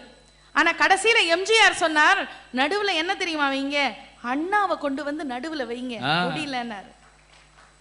அது ஏன்னா இதயத்தில் இருக்கிறார் அண்ணா. எல்லார் இதயத்திலையும் அண்ணா இருக்கிறார். எம்ஜிஆரின் இதயத்திலே அண்ணா இருந்தார். எல்லார் இதயத்திலையும் இன்றைக்கு இதயக்கனியாக எம்ஜிஆர் வாழ்ந்து கொண்டிருக்கிறார். காஞ்சிபுரத்துல நல்லா ஞாபகம். படத்துல பஞ்சு டயலாக்னு சொல்றோம் இல்லைங்களா? இன்னைக்கு 1000 பேர் சொல்லாங்க. எம்ஜிஆருடைய படத்துல தான் பஞ்சு டயலாக் எப்படி இருக்கு தெரியுங்களா? கரிகாலன் குறி வைக்க மாட்டான், குறி வைத்தால் தவற மாட்டான். மர்மயோகின்னு ஒரு படம் இப்ப திருப்பி வந்தா பாருங்க. அந்த படத்துல இந்த டயலாக் படம் முழுக்க அப்படி அப்படி அப்படி கையில எடுத்தாருன்னா சரி, அந்த கத்தி எரியறதுக்கு முதல்ல அந்த டயலாக் சொல்லிட்டு தான் அறிவாரு. சொல்வார், என்னை நம்பாமல் கெட்டவர்கள் உண்டு, என்னை நம்பி கெட்டவர்கள் ஒருபோதும் இல்லை அப்படின்னு சொல்லுவார் நாடோடி மன்னன்ல. அந்த கொடியை சொல்லும் பொழுது எந்த கொடி இருக்கணும்னு நினைச்சாரு தெரியுமா? இருந்திடலாம் நாட்டில் பல வண்ண கொடி, எத்தனையோ கட்சிகளின் எண்ணப்படின்னு சொல்லிட்டு அந்த பாட்டுல சொல்லும்போது கடைசியில அது வறுமை இல்லை என்று சொல்லக்கூடிய அன்னக்கொடி நாட்டுல பறக்கணும்னு, இல்லாதவர்களுக்கு அள்ளி அள்ளி கொடுக்கணும்னு நினைச்ச கரங்கள் நம்முடைய எம்ஜிஆருடைய கரங்கள். காஞ்சிபுரத்துல முதல் கூட்டம் நடக்குது, அதுக்கு ஏற்பாடு செய்யறாங்க. யாரு செய்யறாங்க அப்படின்னா கம்பன் கழகத்தினுடைய செயலாளராக இருந்த ஆர்.எம். வீரப்பனையா அவர்கள் ஏற்பாடு செய்யறாரு. அப்போ எம்ஜிஆர் கிட்ட இருந்து எந்த தகவலும் வரல, என்ன பண்றதுன்னு தெரியல. உடனே ராமாபுரத்துல போய் எம்ஜிஆரை பாக்குறதுக்கு போறாரு. உடல்நிலை சரியில்லை அவருக்கு. மருத்துவர் சொல்றாரு இந்த கூட்டத்துக்கு போக வேண்டாம் அப்படின்னு சொல்றாரு. உடனே ஐயா சொல்றாரு, இல்ல இந்த மக்கள் ரொம்ப எதிர்பார்ப்போட இருக்காங்க, எம்ஜிஆர் வரலன்னா பெரிய ஏமாற்றம் மக்களுக்கு வந்துடும், நம்பிக்கை போயிடும், ஒரு 10 நிமிஷம் வந்து பேசிட்டு போலான்னு. உடனே எதையும் பொருட்படுத்தாம 1000 இடையூறுகள் வந்தாலும் அந்த கூட்டத்துக்கு வந்து கிட்டத்தட்ட 20 நிமிஷம் வரைக்கும் மக்களுக்காக பேசிய ஒரே தலைவன் எம்ஜிஆர் மட்டும். உடல்நிலை சரியில்லை, உடல்நிலை சரியில்லாதப்போ வந்து மக்களுக்காக பேசினார். அது வரைக்கும் புரட்சி நடிகர் பட்டம் சூட்டப்பட்டது. அதை ஒரு பேராசிரியர் குறிப்பிட்டார், அது துரோகிகளால் சூட்டப்பட்டது. முதல்ல K.A. கிருஷ்ணசாமிங்கிற ஒருத்தர் தான் புரட்சி நடிகர்ங்கிறத மாத்தி புரட்சி தலைவர்னு சொன்னாதான் பொருத்தமா இருக்கும் எம்ஜிஆருக்குன்னு கொண்டு வந்தார். அதாவது நாட்டின் மீது பற்று வைப்பவர்களை விட நாட்டை பற்ற வைப்பவர்கள் தான் அதிகமாக இருக்கிறார்கள். அந்த சூழ்நிலையில நாட்டின் மீது பற்று வைத்த ஒரே தன்மான தலைவன் நம்முடைய எம்ஜிஆர் அவர்கள் மட்டும்தான். அதுல எந்த சந்தேகமும் இல்லை. இன்னைக்கு ரஜினி கிட்ட கேட்கிற மாதிரி உங்க கட்சியினுடைய கொள்கை என்ன, உங்களுடைய வாழ்க்கையின் கொள்கை என்னன்னு கேட்கிற மாதிரி அன்னைக்கு எம்ஜிஆர் கிட்ட வந்து கேட்டாங்க, உங்கள் கட்சியினுடைய கொள்கை என்ன அப்படின்னு கேட்டப்போ எம்ஜிஆர் அவர்கள் சொன்னார், எங்கள் அண்ணாவின் கொள்கை தான் என்னுடைய கட்சியினுடைய கொள்கை என்று உரத்த குரல்ல சொன்னார். அது மட்டுமில்ல, அதுக்கு அண்ணா இசம்னாரு. கேபிட்டலிசம் கேள்விப்பட்டிருக்கோம், கம்யூனிசம் கேள்விப்பட்டிருக்கோம், சோசலிசம் கேள்விப்பட்டிருக்கோம். அதுக்கு நடுவில் அண்ணாதான் எல்லாம் என்பதற்காக அண்ணா இசம் என்றே அதுக்கு ஒரு பேர் வச்சாருங்க. வாழ்க்கையில ஒவ்வொரு நிமிஷமும் மக்களுக்காக, மக்களை நினைத்து மக்களுக்காகவே வாழ்ந்து மறைந்த ஒரே தலைவர் நம்முடைய எம்ஜிஆர் மட்டும்தான். திண்டுக்கல்ல இடைத்தேர்தல் வந்தது. இடைத்தேர்தல்ல எம்ஜிஆர் வந்து யாரை நிறுத்துறாருன்னா மாயத்தேவரை நிறுத்துறாரு. கலைஞர் யாரை நிறுத்துறாருன்னா பொன் முத்துராமலிங்கத்தை நிறுத்துறாங்க போட்டியில. உலகம் சுற்றும் வாலிபன் ஒரு படம் அப்பதான் வெளிவர நேரம். அப்போ மதுரையில ஒரு பெரிய பேச்சாளர் இருந்தார், முத்துன்னு ஒரு பேச்சாளர் இருந்தார். அவர் சொன்னாரு, படம் வெளியில வராது, அப்படி வெளியில வந்தாலும் அது பெருசா ஜெயிக்காது, அப்படி ஒருவேளை வந்து ஜெயிச்சுட்டா நான் சேலை கட்டிக்கிறேன்னாரு. உடனே என்னாச்சு, கொஞ்ச நாள்ல படம் வந்தது. அவர் அந்த படத்துல சொன்ன முதல் வார்த்தையை சக்சஸ். சக்சஸ் தொடர்ந்து எம்ஜிஆருக்கு கிடைத்தது சக்சஸ் சக்சஸ் சக்சஸ். அது மட்டும்தான். உடனே எல்லாரும் நிறைய சேலை வாங்கி, அதுல நீங்க உலக நீங்க பார்த்திருக்கலாம், அவர் விஞ்ஞானியா வருவாரு. இந்த மின்னலோட ஆற்றலை வச்சு மின்சாரம் கண்டுபிடிக்க முடியும் அப்படிங்கிற விஷயத்தை சொல்றதுக்காக முதல் வார்த்தையை ஏய் ஜெயிச்சிட்டா அப்படிமா இல்லையா, அந்த வார்த்தைக்காக போடப்பட்டது. அதுக்கப்புறம் அவருக்கு வெற்றி தான். அதுக்கப்புறம் நிறைய பேர் அந்த பேச்சாளருடைய வீட்டுக்கு புடவை எடுத்து அமைச்சாங்களாம் இவர் பேசினதுக்காக. ஆனா அந்த திண்டுக்கல்ல நின்ன இடைத்தேர்தல்ல 2,60,60,000 வாக்குகள் வித்தியாசத்துல மாயத்தேவர் வந்து வெற்றி பெற்றார்னா அதுதான் எம்ஜிஆருக்கு கிடைத்த அரசியல் வெற்றின்னு சொல்லலாம். நமக்கு தெரியாம எதுவுமே அரசியல்ல நடக்க கூடாது, எல்லாம் தெரியணும்னு ரொம்ப டிரான்ஸ்பரண்டான ஒரு மனிதராக, எல்லாம் வெளிப்படையாக சொல்லக்கூடிய மிகச்சிறந்த ஒரு மனிதராக வாழ்ந்து மறைந்தவர் எம்ஜிஆர் அவர்கள். இந்திரா காந்தி அவர்கள் அரசியலிலே இருந்த போது அவருக்கு எமர்ஜென்சி பீரியட் வந்தது. யாருமே அவருக்கு ஆதரவு தராத சூழ்நிலையில எம்ஜிஆர் மட்டும்தான் தமிழ்நாட்டில் ஆதரவு தந்து அவரை ஜெயிக்க வைத்தார்னா, எம்ஜிஆர் நினைச்சா யாரையும் நிக்க வைக்க முடியும், யாரையும் ஜெயிக்க வைக்க முடியும். கட்சி ஆரம்பித்த 5 வருஷத்திலேயே இமாலய வெற்றி எம்ஜிஆரை போல வேற எந்த ஒரு தலைவருக்கும் இதுவரை கிடைக்கவில்லை என்பதுதான் வரலாறு. சட்டமன்றத்தில் 131 தொகுதியில் அவர் வெற்றி பெற்றார். அந்த படம் அந்த தொகுதியில வெற்றி பெற்றதுக்கு அப்புறமா அவர்கிட்ட பேட்டி எடுக்கிறதுக்காக வந்தாங்க. வந்தப்போ எம்ஜிஆர் அங்க இல்ல. எங்க எம்ஜிஆர்னா, எம்ஜிஆர் மீனவ நண்பன் ஒரு படத்துல நடிக்கிறதுக்காக போயிருக்காரு, அவர் இல்ல அப்படின்னாங்க. உடனே ஒரு நிருபர் கேட்டாரு, நீங்க அரசியல்ல இருந்தே எப்படி நீங்க சினிமால இருக்கீங்க, எப்படி உங்களால ரெண்டுத்தையும் சமாளிக்க முடியுதுன்னு கேட்டப்போ அவர் ஒரு பதில் சொன்னார். மேற்கு வங்கத்திலே அப்போது முதல்வராக இருந்த B.C. ராய் அவர் வந்து ஒரு சிறந்த மருத்துவர். நோயாளிகளுக்கு சிகிச்சை செய்யும் போது ஒரு கதவு திறக்கிறது, இன்னொரு கதவு நான் அவர் முதல்வராக பணி செய்யும் போது கதவு திறக்கிறது. அதுபோல நானும் இங்கே சினிமாவிலும் இருந்து கொண்டு இந்த நாட்டையும் காத்து கொண்டு இருப்பேன்னு ஒரே வார்த்தையில பதில் சொல்லி வாயடைத்தார்னா அதுதான் எம்ஜிஆருக்கு இருந்த மிகப்பெரிய வெற்றியாக நான் கருதுகிறேன். அது மட்டும் இல்ல, எம்ஜிஆருக்கு இருக்கிற மாதிரியான ஒரு ஃபேன்ஸ் வேற யாருக்கும் கிடையாது. அவருக்கு யாரு தெரியுமா? மதுரையில எம்ஜிஆர் நடிச்சிட்டு இருந்தப்போ ஒரு பாட்டியம்மா வந்து நின்னாங்க. உடனே அந்த பாட்டியம்மாவை கூப்பிட்டு விசாரிச்சாங்க. விசாரிக்கும் போது எம்ஜிஆர் கேட்டார், உங்களுக்கு எத்தனை பசங்க? எனக்கு 2 பசங்கன்னு அந்த அம்மா. ஒரு பையன் என்ன ராணுவத்துல இருக்கான், இன்னொரு பையன் சினிமால இருக்கான். சினிமாலயா? எனக்கு தெரியாம யார் அதுன்னு கேட்டார் எம்ஜிஆர். உடனே அந்த அம்மா சொல்லிச்சு, அது வேற யாரும் இல்ல, நீதான்ப்பா. உண்மையிலேயே எம்ஜிஆருக்கு பல்வேறு பரிணாமங்கள் எம்ஜிஆருக்கு இருந்தது.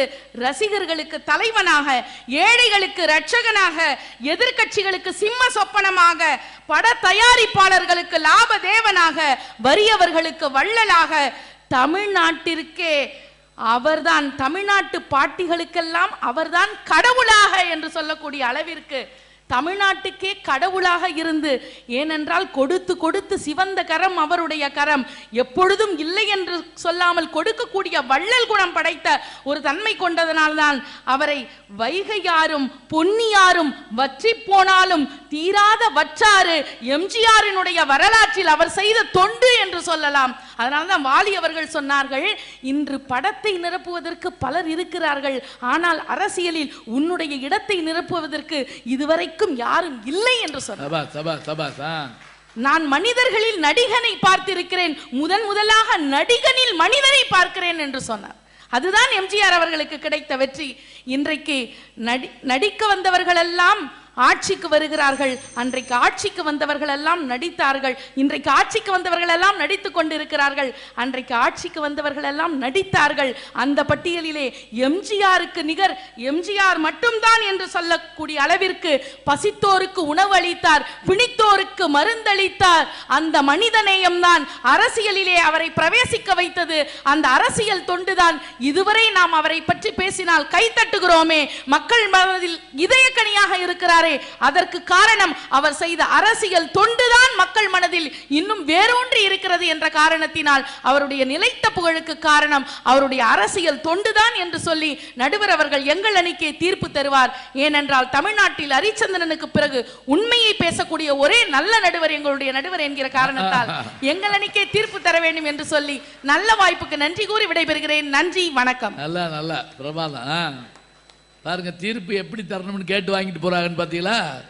நல்ல வேலை வேற மாதிரி சொல்லாம போனாங்க. மதுரையிலேருந்து வர்றீங்க, ஜாக்கிரதையா தீர்ப்பு சொல்லுங்க, தப்பாக்குப்பா சொன்னீங்கன்னா என்ன ஆயிரும்னு சொல்லாமல் போனாங்க. ரொம்ப அழகா சொன்னாங்க. அது உலக மக்கள் எல்லாருமே எங்க வீட்டு பிள்ளை உங்க வீட்டு பிள்ளைன்னு சொல்ற அளவுக்கு. அதனால அவர் பாட்டிலே வருங்க, இளையோர் கூட்டம் தலைமை தாங்கும் பூமியே புதிய பூமின்னு சொல்லுவார். சொல்லிட்டு, நான் உங்கள் வீட்டு பிள்ளை, இது ஊரறிந்த வெண்மை, நான் செல்லுகின்ற பாதை பேரறிஞர் காட்டும் பாதை. என்ன அழகான வார்த்தை, ரொம்ப அருமையா பேசியிருக்காங்க. பேராசிரியர் அவர்களுக்கு நம்முடைய நன்றியை சொல்லிட்டு மலர்விழி வாங்க. உண்மையிலே எனக்கு ரொம்ப மகிழ்ச்சியா இருக்கு. எம்ஜிஆர் அவர்களின் நிலைத்த புகழுக்கு காரணம், உண்மையிலே எம்ஜிஆர் அவர்களின் புகழுக்கு காரணம் அரசியல் தொண்டு, நிலைத்த புகழுக்கு காரணம் திரைப்பட தொண்டு தான் நீதிபதி அவர்கள். அதைத்தான் நாங்க பேச வந்திருக்கோம். அரசியலால் எம்ஜிஆர் அவர்கள் இமயத்தை தொட்டார், சினிமாவால் தான் மக்களின் இதயத்தை தொட்டார் என்பதுதான் உண்மை நீதிபதி அவர்கள். எல்லா நாடுகளும் வரைபடத்தில் இருக்கிறது, தமிழ்நாடு திரைப்படத்தில் ஒரு காலத்தில் இருந்தது என்று சொன்னால் அதற்கு காரணம் எம்ஜிஆர் அவர்கள். ஏனென்று சொன்னால் இன்னைக்கு திரைப்படத்தை நாம தப்பா சொல்ல முடியாது. ஒரு கவிஞன் சொன்னான், திரையரங்குகளை நான் நன்றாக மதிக்கிறேன், ஏனென்று சொன்னால் எளியவர்களை முன் இருக்கையில் அமர வைத்து அழகு பார்க்கின்ற ஒரே இடம் திரையரங்கு மட்டும்தான். ஏன் தெரியுமா? திரையரங்குல தான் 3 மதமும் ஒன்றா இருக்கும். அதனால தான் 5 முதலமைச்சர்களை சினிமா தந்தது. இந்திரன் வந்ததும் சந்திரன் வந்ததும் இந்த சினிமா தான், எம்ஜிஆர் வந்ததும் என்டிஆர் வந்தது இந்த சினிமா தான், காதல் வந்ததும் இங்கே தான், கலை வளர்ந்ததும் இங்கே தான், அமெரிக்காவில் ஆட்சி பிடிச்சதும் இந்த சினிமா தான், இந்திரன் வந்ததும் சந்திரன் வந்ததும் இந்த சினிமா தான். எவ்வளவு அருமையா சினிமாவால தான் எல்லாரும் சாதித்து காட்டியிருக்கிறார்கள்.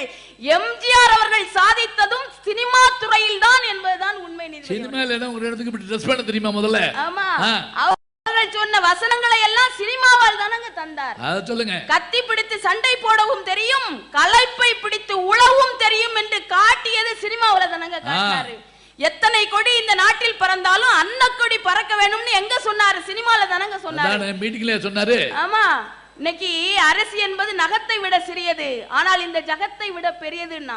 எத்தனை 2G 3G 4G வந்தாலும் கஞ்சி தாங்க பெருசு. அத சொன்னவர் தாங்க எம்ஜிஆர். என்னது என்னது சொல்லுங்கம்மா. எத்தனை 2G 3G 4G 5G கூட வரலாம், ஆனா கஞ்சி தான் இந்த உலகத்துல பெருசுன்னு எம்ஜிஆர் சொன்னார். நீதிபதி, கஞ்சினா முதல்ல என்னன்னு தெரியாத கொள்ள பேத்துக்கு. ஏன்னா ரைஸ் ஹோட்டலுக்கு போனா கூட சோறு வேணுமான்னு எவன் கேட்கிறான்? ரைஸ் வேணுமா ரைஸ் அப்படிங்கிறாங்க.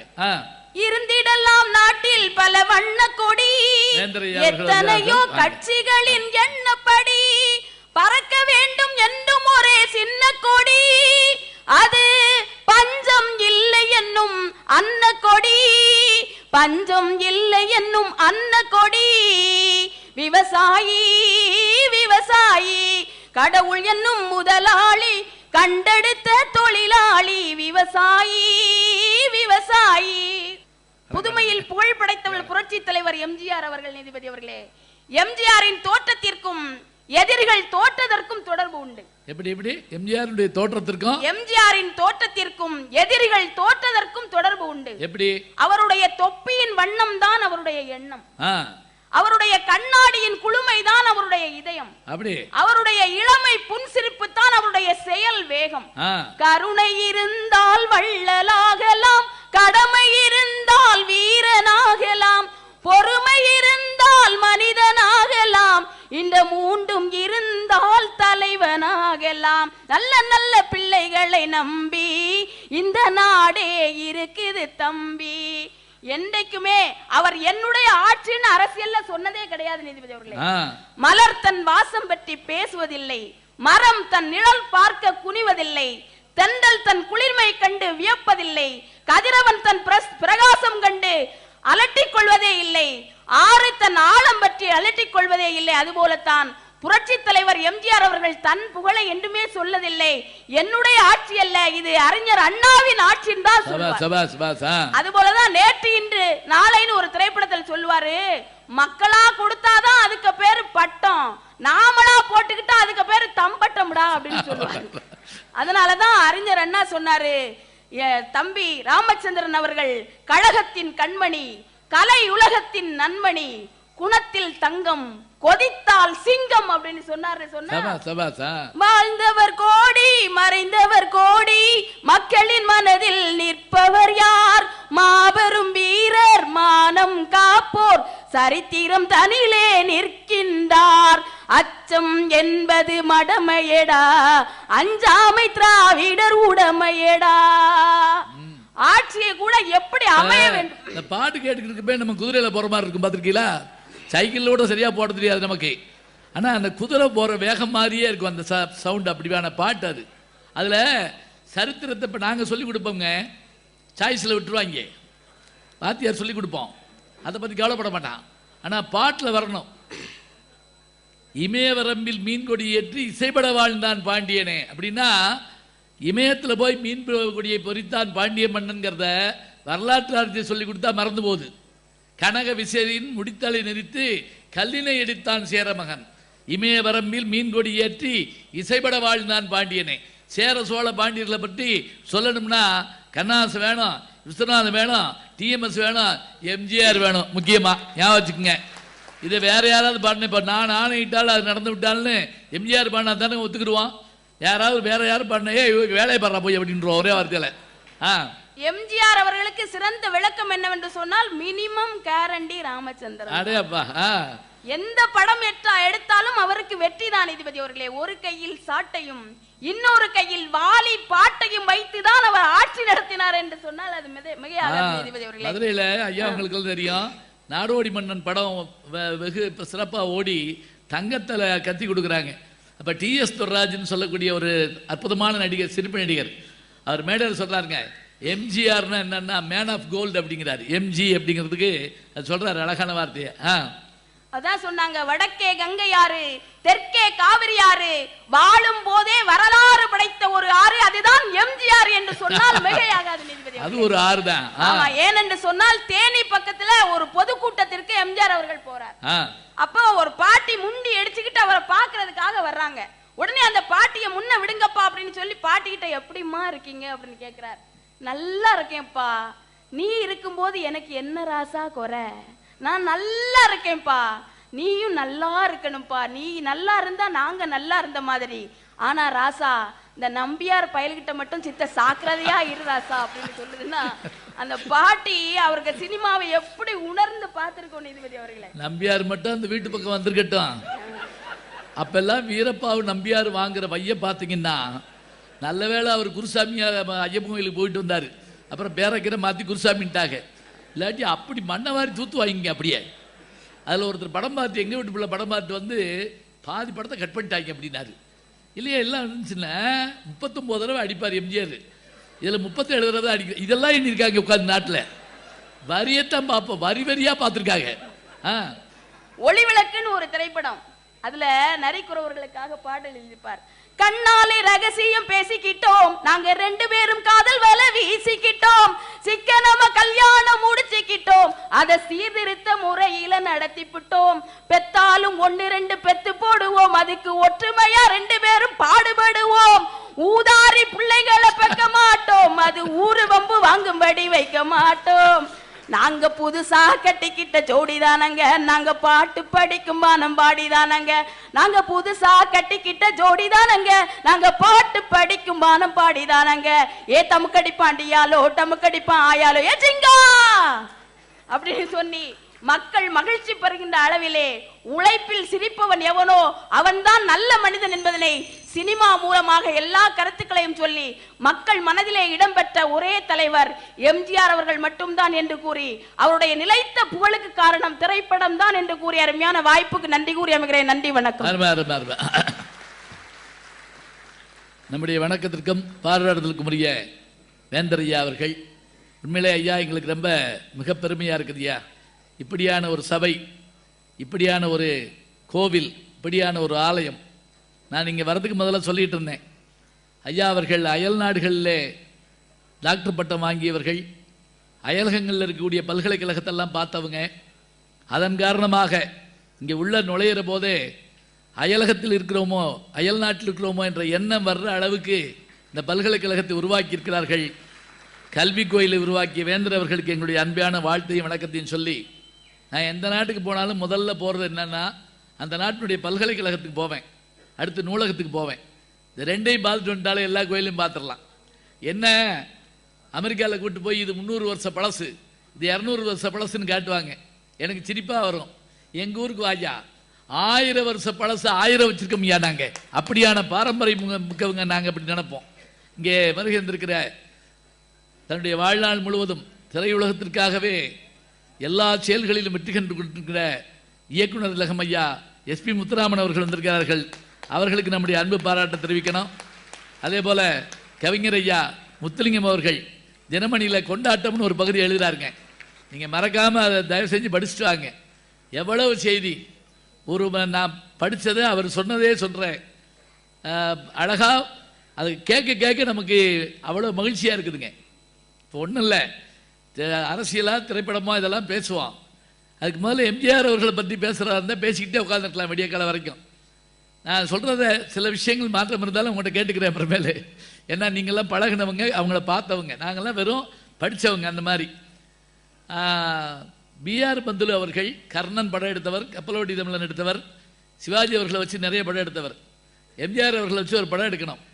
அப்படி படம் எடுக்கணுங்கிறப்ப அதுக்கு வசனம் எழுதுறது சண்முகம் அவர்கள், ஆர்கே சண்முகம் அவர்களை கூட்டு போகிறாங்க. போய் சின்னவர்கிட்ட கதை சொல்லணுங்கிறாங்க. கதை சொல்லி முடிச்சாச்சுங்க. முடித்த உடனே என்ன பேர் வைக்கலான்னு எம்ஜிஆர் அவர்கள் கேட்டாங்களாம். உடனே கதை வசனகர்த்தா அவர் சொல்லியிருக்காரு 1000ல் ஒருவன் அப்படின்னு இருக்காரு. எம்ஜிஆருக்கு சந்தோஷம் தாங்கலையாங்க. அப்படியே கட்டி பிடிச்சிக்கிட்டு பைக்குள்ளே கையை விட்டு 1001 ரூபா எடுத்து அப்படியே கொடுத்தாராமுங்க. 1962 63 1001 ரூபான்னா எவ்வளோன்னு பாருங்க. இதை வாங்கினோடனே அவர் தேம்பி தேம்பி அழுதுருக்காரு. யார்? அந்த கதாசிரியர் ஏன் அழுகிறீங்கன்னு கேட்டார் எம்ஜிஆர். சொன்னது தான் சொன்னேன், லட்சத்தில் ஒரு ஒன்று சொல்லிருக்கலாம்ல. உடனே ₹1,00,000 எடுத்து கொடுத்து பாருங்க. என்ன ஆச்சரியம் பாருங்க. இதெல்லாம் எழுதவும் சொல்லவும் ஆள் வேணுங்க எங்களுக்கெல்லாம். இன்னும் கூட என்ன ஒரு பெரிய மகிழ்ச்சின்னா, அப்படியான அந்த பணத்தை கொடுக்கறதோடு மட்டும் இல்லைங்க, அந்த படத்தில் இன்னொரு சிறப்பு இருக்குது. ஒரு பெரும்பாலும் கதை வசனகர்த்தாக்கள் என்ன பண்ணுவாங்கன்னா, வசனம் எழுதி கொடுத்துட்டு போயிடுவாங்க. எம்ஜிஆர்கிட்ட போய் தயங்கி ஒரு காட்சியில் சொன்னாராம், இந்த சீனில் நீங்களும் வில்லனும் பேசுகிற போது ஆர்எஸ் மனோகர் இந்த காட்சியை மாத்திரம் க்ளோஸ்அப்பில் வைக்கணும் அப்படின்னு இருக்காங்க. இப்போ நான் சினிமாவில் இருக்கிறதுனால சொல்கிறேன், உங்களுக்கே தெரிஞ்சிருக்கோம். இப்போ நாங்கள் எல்லாருமா இருக்கிறத ஒரு கேமரா காட்டும், இது வைட் ஆங்கிள்னு பேர். முழுக்க என்னையை மட்டும் காட்டுச்சுன்னா அது க்ளோஸ்அப்னு பேர். இன்னும் என்னுடைய உதடு மாத்திரம் காமிச்சா கட்டில் ரொம்ப குறியது க்ளோஸ்அப்பில் காட்டுவாங்க. இந்த வசனத்தை மட்டும் நீங்கள் க்ளோஸ்அப்பில் பேசணும் அப்படின்னாராம். யார்? கதாசிரியர், வசனகர்த்தா. எம்ஜிஆர் சிரிச்சிட்டாராம். இதை பற்றியெல்லாம் உங்களுக்கு எப்படி தெரியும்? என்ன வசனம் அப்படின்னு இருக்காரு. ஆர்எஸ் பண்ணவர் கேட்குறாரு, என் அதிகாரத்தை பற்றி உனக்கு தெரியுமா அப்படின்னு கேட்குறாரு. உடனே எம்ஜிஆர், அதில் அவர் வைத்தியர், அவர் மணிமாறன்னு பேர், உன் அதிகாரம் என்ன? சிலப்பதிகாரமா? காலங்காலமாய் நிற்பதற்கு. இதாங்க வசனம். இதை க்ளோஸ்அப்பில் போடுறாங்க. இன்னைக்கு நீங்கள் படம் பார்க்குறப்ப நீங்கள் பாருங்க, எம்ஜிஆர் படம் வந்த பிறகு அது ஏன் அப்படி சொன்னீங்கன்னு கேட்டாராம். அதுக்கு அவர் சொல்லியிருக்காரு, சிலப்பதிகாரம் என்பது 50 காப்பியங்களில் ஒன்று, எழுதியவர் இளங்கோவடிகள். இந்த சிலப்பதிகாரத்தை நாங்கள் பள்ளிக்கூடத்தில், கல்லூரியில், பல்கலைக்கழகங்களில் வச்சுருக்கோம். வாத்தியார் சொல்லிக் கொடுக்குறோம், சாய்ஸில் விட்டுறாங்க. ஆனால் நீங்கள் ஒரே வார்த்தை சிலப்பதிகாரம் நீங்கள் சொன்னதுனால எத்தனை கோடி பேர் இருக்கிறார்களோ தமிழர்கள், அத்தனை கோடி பேருக்கு அந்த சிலப்பதிகாரம் போய் சேரும்னா இந்த வார்த்தையை நீங்கள் சொல்லணுங்க. அவர் வாயிலிருந்து ஒரு வார்த்தை வராதா என்று எதிர்பார்த்து நிற்கக்கூடிய அந்த பெரிய பெருமை ரொம்ப அருமையான விஷயம். அழகாக பேசியிருக்காங்க பட்டிமன்றத்தில். இப்போ தீர்ப்பு சொல்லணும், ரொம்ப சுருக்கமாக சொல்லிடலாம். எங்களுக்கு என்ன பெருமையாக இருந்ததுன்னா, பட்டிமன்றம் ஆரம்பித்து ஏறத்தாழ ஒரு 1.5 மணி நேரம் ஆச்சு. இந்த 1.5 மணி நேரத்தில் ஒரு ஆள் அசைஞ்சு நான் பார்க்கல. நிற்கிறவங்க நின்றுக்கிட்டே இருக்காங்க, உட்கார்ந்துருக்கவங்க எந்திரிச்சு போனால் உட்காரலான்னு பார்க்குறாங்க. இல்லை, பேச்சு எப்படி அமையணும்? கேட்டுக்கிட்டு கட்டி போடணும். கேட்டார் பிணிக்கும் தகையவாய். கேளாருன்னா யாரு? பகைவர். பகைவரும் விரும்புகிற மாதிரி பேசணுமா பேச்சு? ஒரு ஊரில் பேச்சாளனை கட்டி போட்டிருக்காங்க. இனிமேல் நீ எங்கேயும் போய் பேசக்கூடாது. அவ்வளோ மோசமாக பேசுகிறவன் இருக்கானா? ஒருத்தன் தற்கொலை பண்ணி சாகலாம்னு ரயில்வே லைனை நோக்கி ஓடிருக்கான். அந்நேரம் பார்த்து இப்படி ஒரு பேச்சை கேட்டான். அப்படியே யூட்டர்ன் எடுத்து வந்து முன்னாடி உட்காந்துட்டான். பேச்சாளரே ஒத்து பார்த்துக்கிட்டே இருந்தான். பேசி முடிக்கவும் ஒரு காலை தொட்டு கும்பிட்டான். தற்கொலை பண்ணி சாக தெரிஞ்சனியா? சாக தெரிஞ்சேன். உன் பேச்சை கேட்டு திரும்பி வந்துட்டேன். இவர் அவனை கட்டி பிடிச்சிக்கிட்டாரு. அவ்வளோ நல்லா பேசுறனா? உன் தற்கொலையை தடுத்துட்டனா? ஏன் திரும்பி வந்தேன்னாரு. நீ எல்லாம் உயிரோடு இருக்கப்ப நான் ஏன்டா சாகணும் அப்படின்னா? நீ பேசியே கொள்ற, நீ இருப்ப நான் சாவனா? அப்போ பேச்சு எப்படி இருக்கணும்? கேட்டுக்கால அப்படி உள்வாங்க வைக்கணும், எந்திரிக்க விடப்படாது. இது எழுதி 2000 வருஷம் ஆச்சு. கேட்டார் பிணிக்கும் தகையவாய். அந்த சொல்ல கேட்டாலே இவ்வளோ அழகாக இருக்கு பாருங்க. அழகாக நீங்கள் உட்காந்து கேட்டீங்க. எங்களுக்கு என்ன மகிழ்ச்சி தெரியுங்களா? அசை விடாமல் பேசுறதுக்கு காரணம் நாங்கள் நல்லா பேசி நீங்கள் கேட்டீங்கன்னு நான் சொல்லலைங்க. நீங்கள் நல்லா கேட்டதுனால தான் நாங்கள் நல்லா பேசினோம். யோசிச்சு பாருங்க. இப்போ இந்த கல்யாண வீடுகளெல்லாம் எங்களை பேச கூப்பிடுவாங்க. உண்மையிலேயே கல்யாண வீட்டில் பேசுறதுக்கு ஒரு தற்கொலை முயற்சி மாதிரி. யார் பேச்சையும் யாரும் கேட்க மாட்டாங்க. நான் ஒரு கல்யாண வீட்டுக்கு போயிருந்தேன். 3000 பேர் வந்திருந்தாங்க. நான் தான் பேச்சாளன். 3000 பேரும் பேசிக்கிட்டு இருந்தாங்க. நான் உட்காந்துருந்தேன். அதனால் இனிமேல் கல்யாண வீட்டுக்கு போகக்கூடாதுன்னு நினச்சப்ப இன்னொரு கல்யாணத்துக்கு கூப்பிட்டாங்க. போனால் பொண்ணு மாப்பிள்ளை தாலி கட்டியாச்சு. என் கையில் ஹேண்ட் மைக்கை கொடுத்து, இங்கேயாவது போடியம்லாம் இருக்குது, பேச சொல்லிவிட்டாங்க. பெரியோர்களே தாய்மார்களே 2 வார்த்தை தாங்க சொன்னேன். 300 பேர் மேடைக்கு ஓடி வந்து பொண்ணு மாப்பிள்ளைக்கு பரிசு கொடுக்குறோம்னு என்னையை தள்ளிக்கிட்டே போகிறாங்க. அப்படியே ஓரமா நெல்லு. நானும் விடலை. தமிழ் படித்தவன் பாருங்க. அங்கே 10 பாட்டு, இங்கே 8 தொகை, இங்கே குறுந்தொகை, ஏன்னா பெருந்தொகை வாங்கிட்டேன் பேசுறதுக்காக. அதில் அந்த கூட்டத்தில் ஒரு அம்மா வந்து ஒரு கிழவி என்னை மெதுவாக கூப்பிட்டு அந்த ரூம்குள்ளே போய் பேசியா, ஒருத்தருமே இல்லை அப்படிங்குதே. அது எவ்வளோ நல்ல கிழவி பார்த்தீங்களா? தனியாக பேசுகிறவ எங்கே பேசுனேன்னா அங்கே பேசுனேன்னா, ஏன் அதுக்கு நான் எங்கள் வீட்டிலே உட்காந்து பேச மாட்டேனா? நல்லா கேட்கணும் தான். இப்போ நீங்கள் இங்கே பாருங்க எவ்வளவு மலர்ந்த முகம். நான் வந்த உடனே நினச்சேன் மத்தியானம் சாப்பாட்டு நேரம் ஐயா அருமையான சாப்பாடு போட்டுருப்பாங்க, சாப்பிட்டு அப்படி தூங்க போகிறீங்கன்னு. ஆனால் அப்படி உட்காந்து கேட்குறீங்க. நாங்கள் ஒரு கிராமத்துக்கு போயிருந்தோம்ங்க, பெருங்கூட்டம், ஏறத்தால 5000 பேர். என்ன திருவிழான்னு தெரியல, 5000 பேருங்க அப்படியே குப்புறப்பட்டு தூங்குறாங்க. அதில் பட்டி பண்ணுறோம். அதில் மலர்விழி வந்து உள்ளத்தில் நல்ல உள்ளம் உறங்காதுங்கிறாங்க. அதில் ஒருத்தர் எந்திரிச்சு பார்த்துவீங்க இன்னும் போலோடாய் அப்படிங்கிறா. அவன் எப்போ பார்த்தாலும் நாங்கள் உட்காந்துக்கிட்டு இருக்கோம். அப்படி பேச ஓட முடியுமா? இல்லைங்க. பேச வச்சது என்னை பாட வைத்தவன் ஒருவன், என் பாட்டுக்கு அவன் தான் தலைவன். குற்றம் இல்லாத ஒருவன், கோயில் இல்லாத இறைவன் அப்படின்னு சொன்னால் அந்த மாதிரி பேசுகின்ற தலைப்பு எல்லாத்தையும் அப்படி தக்க வைத்தது. அருமையாக கேட்டாங்க. அரசியலா திரைப்படமா? ரெண்டு கண்ணு தாங்க, இல்லைன்னு சொல்லப்படாது. 2 கண்ணாக இருந்தாலும் பார்வை ஒன்றா தான் இருக்கணும். என்ன, எம்ஜிஆர் என்கின்ற மனிதர் 2 கண்கள் 2 காட்சி காண முடியுமா? முடியாது. இதய வீணை தூங்கும் போது பாட முடியுமான்னு. இப்போ நீங்கள் ஒன்றும் இல்லை, அரசியல்னு வர்றப்ப எங்களுக்கெல்லாம் என்ன சந்தோஷம் தெரியுங்களா? ஒரு கட்சியை ஆரம்பித்து அரசியலாக வருவதற்கான காரணம் என்ன? பெரியார் அவர்கள்ட்ட இருந்து பிரிஞ்சு அண்ணா அவர்கள் கட்சியை ஆரம்பிக்கிறாங்க. பெரியார் கொஞ்சம் கோபம்தான் இருந்தாலும் முதலமைச்சர் ஆனோடனே அண்ணா அவர்கள் முதல் கையெழுத்து என்ன போட்டார் தெரியுங்களா? கலப்பு திருமணங்கள் செல்லுபடியாகுங்கிற கையெழுத்தை போட்டு தந்தை பெரியார்ட்ட கொண்டு காமிச்சாருங்க. காமிச்சிட்டு சொன்னார், இது வரைக்கும் நீங்கள் பேசுறீங்க, நீங்கள் கல்யாணம் பண்ணி வச்சுக்க, நான் பேசுகிறேன், நான் கல்யாணம் பண்ணி வச்சேன்.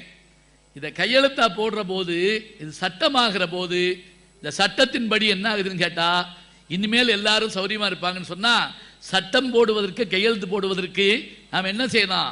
ஒரு அரசியல் அதிகாரம் நமக்கு தேவைன்னாங்க. எம்ஜிஆர் அந்த அரசியல் அதிகாரத்தை தாங்க முதல்ல கொண்டு வர்றாரு. கொண்டு வர்றப்ப எத்தனை விஷயங்களை கொண்டு வந்தார். உடம்புல 3 பள்ளம் இருக்குன்னு சொல்கிறோம். ஒன்று வயிறு, இங்கே ஒரு பள்ளம் இருக்குது.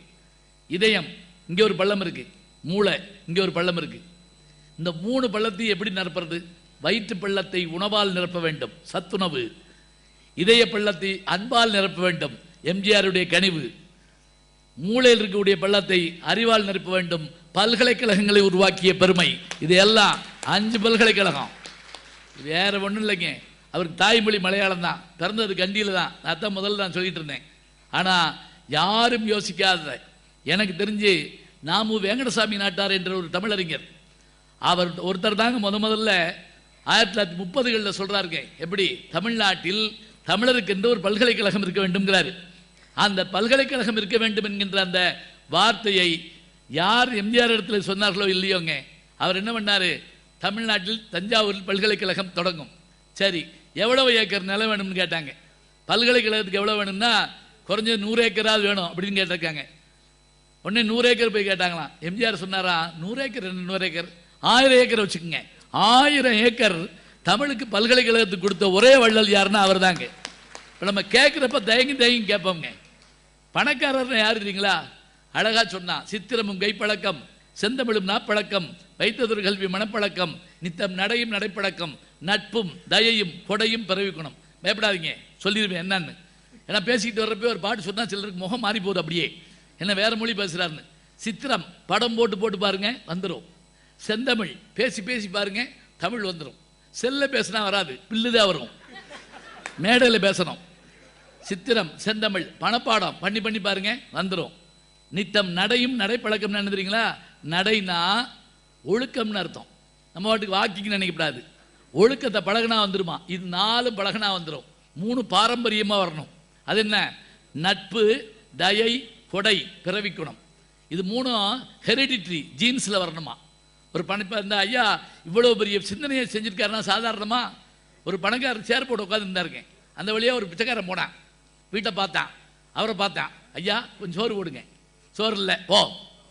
ஒரு ரூபா கொடுங்கய்யா, கிடையாது, போ. ஒரு கிழிஞ்ச வெட்டி கொடுங்கய்யா, கிடையாது. அப்போ வாங்கய்யா பிச்சை எடுப்போம் அப்படின்னு இருக்கான். நான் கேட்குறேன், எதுவுமே ஓட்ட கிடையாது, நீ எதுக்கு சேர் போட்டு உட்காந்துருக்க? எல்லாராலையும் கொடுக்க முடியுமா? என்ன கொடுப்பான் எவை கொடுப்பான் என்று இவர்கள் என்ன முன்னே பொன்னும் கொடுப்பான் பொருளும் கொடுப்பான், போதாது என்றாலும் இன்னும் கொடுப்பான், இவையும் குறைவென்றால் எங்கள் கர்ணன். என்ன வார்த்தை பாருங்க, கண்ணாசனுடைய வார்த்தை. எம்ஜிஆர் அவர்கள் அப்படித்தானங்க. அவர் அழகாக சொன்னாங்க, அவர் சுடப்பட்ட போது அந்த குண்டில் ஒரு பகுதி தங்கிருச்சாமுங்க கொஞ்ச நாள் அவருடைய உடம்புல. அதுக்கு சொன்னாங்க டாக்டரு, அந்த குண்டுக்கு கூட உங்கள் உடம்பு விட்டு போக விருப்பம் இல்லாமல் இருக்க போட்டிருக்கேன். அப்படின்னா குண்டுங்கிறது கொலைக்கருவி தானே. கொலைக்கருவி கூட ஒரு மனுஷனை விட்டு போகக்கூடாதுன்னு நினைக்கிறேன். எப்படி பாருங்க, ஒரு தடவை ஒரு இருமுன போது தாங்க அந்த தூள் வந்து அப்படி ரத்தத்தோட விழுந்துச்சு அப்படிப்பாங்க. எப்படியான ஆச்சரியம் பாருங்க. சட்டம் போடுவது, இப்போ நான் 3 சொன்னேன் பாருங்க. இங்கே வயிற்று பள்ளத்தை சத்துணவு என்கின்ற அற்புதத்தால் நிறைவினார். பிள்ளைய சாப்பிட்டு போறப்ப அதை காட்டில் மகிழ்ச்சி என்னங்க வேணும்? வயிறு நிறைஞ்சா தானங்க. வயிற்றுக்கு சோறிடல் வேண்டும், இங்கு வாழும் மனிதருக்கு எல்லாம். எத்தனை சட்டங்கள் போட்டார் சொன்னார்ல. யார் பணம் கொடுத்தாலும் சரிங்க. அதுக்கு நிறைய கதைகள் சொல்றாங்க. ஏவிஎம் சரவணன் ஒரு முறை சொன்னார், இந்த ரயில்வே கேட் அடைச்சிருக்கப்ப அப்போ இந்த பழம் வித்துட்டு இருந்தாங்க இல்லையா, அவங்கெல்லாம் வந்து நிற்பாங்களாம். இவர் என்ன பண்ணியிருக்காரு, ஒரு 100 ரூபா நோட்டை நம்ம எடுத்து இப்படி கொடுத்துருக்காரு. வாங்கினோடனே என்ன செய்வான், மகாராஜா நீங்கள் நல்லா இருக்கணும்னு தான் சொல்லுவான். அந்த அம்மா வாங்கிட்டு, எம்ஜிஆர் ஐயா நீங்கள் நல்லா இருக்கணும்யான் இருக்கு. ஏன்னா நாட்டில் 100 ரூபா நோட்டு கொடுக்காருந்தா அது எம்ஜிஆர் மட்டும்தான் கொடுப்பாருன்னு. இப்போ நம்ம சில பேர் சில்லறையை தேடி தேடி பிச்சைக்காரர் அழுக வச்சு விடுவாங்க, பார்த்துருக்கீங்களா? பைக்குள்ளே கையை விட்டு இடுப்பு வரைக்கும் தேடுவாங்க. அப்படியா வேணும், ஒரு ரூபா போட்டேன்னா 2 ரூபா போட்டேன்னே. கொடுக்கறது எப்படி பண்ணுறதுங்க? கொடுக்கிற காலம் நெருங்குவதால் இனி எடுக்கிற அவசியம் இருக்காது. இருக்கிறதெல்லாம் பொதுவாக போனால் பதுக்கிற வேலையும் இருக்காது, ஒதுக்கிற வேலையும் இருக்காது. பட்டுக்கோடப்பாடு, திருடாதே பாப்பா திருடாதே, சிந்தித்து பார்த்து செய்கையை மாற்று, சிறுசா இருக்கையில் திருத்திக்கோ, தவறு சிறுசா இருக்கையில் திருத்திக்கோ, தெரிஞ்சு தெரியாமல் நடந்திருந்தா அது திரும்பவும் வராமல் பார்த்துக்கோ. என்னங்க அது, எப்படியான விஷயங்கள்? அரசியலை இவர் வாழ்க்கையில் எப்படியெல்லாம் கொண்டு வர. இன்னொன்று, வெற்றிங்கிற ஒரு விஷயத்தை பொறுத்த மட்டும் என்ன தெரியுங்களா, கேண்டிடேட் வரல, எங்கள் ஊருக்கு வரல, எங்கள் தொகுதிக்கு வரல, இப்படிலாம் சொல்லும்ல. இந்தியாவுக்கே வரல, ஜெயிச்சார் தெரியுமா உங்களுக்கு? அமெரிக்காவில் தானே இருந்தார் அவர். இந்தியாவுக்கு எங்கள் ஊர் பக்கம் ஆண்டிவட்டியில் தான் நிற்கிறார். வரலன்னு யாருமே கவலைப்படலைங்க. எதுக்கு வரணும்? அந்த மனுஷன் அங்கேயே இருக்கட்டும், எங்கே இருந்தாலும் நல்லா இருப்பார், அது போதும். அப்படியான மனிதர் அதுதான் வேணும். வெற்றி பெறுகிற போது இப்படி வெற்றி பெறணும். எதிரிகளே இப்போ சில பேர் கேரம் போர்டில் ஓப்பனிங்கில் ஆரம்பித்தாங்கன்னு வைங்களேன், அந்த ஸ்டிக்கர் நம்மகிட்ட வர்றதுக்குள்ளே, ஸ்ட்ரைக்கர் நம்மகிட்ட வர்றதுக்குள்ளே அவ்வளோ காயும் போட்டுருவாங்க. அப்படியான ஆட்டம் யார்கிட்டன்னா எம்ஜிஆர்ட்ட உண்டு. அந்த வேகம் இங்கே உட்காந்துருக்க எல்லாரும் அவங்களோட நடித்தவங்க. எனக்கே உண்மையிலே பயமாக இருக்குது பேசுகிறப்ப. நம்ம படிச்சுட்டு பேசுகிறோம், அவங்களாம் நடிச்சுட்டு பேசுகிறாங்க. நடித்தவங்க கூட இருக்காங்க. எல்லாருக்கும் எல்லா விஷயமும் தெரியும். அவருடைய அது மட்டும் இல்லை, நடிக்கிற போது கேமரா பார்க்கணும், கோணம் பார்க்கணும், மற்றதெல்லாம் பார்க்கணும். சினிமாவில் நடிக்கிறது எவ்வளோ கஷ்டம்னு நான் இப்போ ஒரு 2-3 படத்தில் நடிச்சுட்டு கண்டுபிடிச்சிட்டேங்க. இதே திருடன்னு ஒரு படத்தில் நடித்தேன்.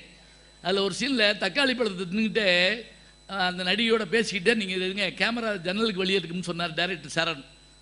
சரின்னு என் கையில் தக்காளி கூட கொடுத்தாங்க. 30 வருஷமாக வேடையில் பேசுகிறேன், நல்லா ஞாபகம் வச்சுக்கோங்க. தக்காளி கூட கொடுத்தாச்சு. ஆக்ஷன் அப்படிமே தின்னுக்கிட்டே பேசணுங்கிறார் அவர். ஆக்ஷன் சொல்லிட்டாருங்க. 1/2 கிலோ தக்காளியை தின்னுருக்கேன்.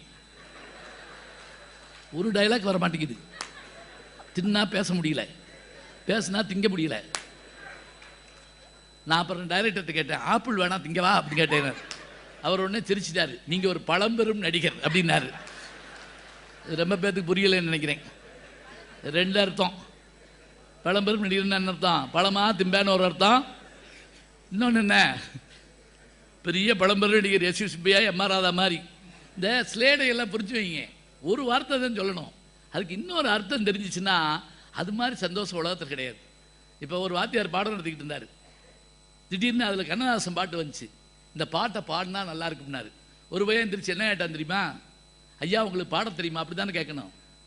அவன் என்ன கேட்டான் தெரியுமா? ஐயா நான் உங்களை பாடையில பார்க்கணுமையா அப்படின்னு இருக்கான்.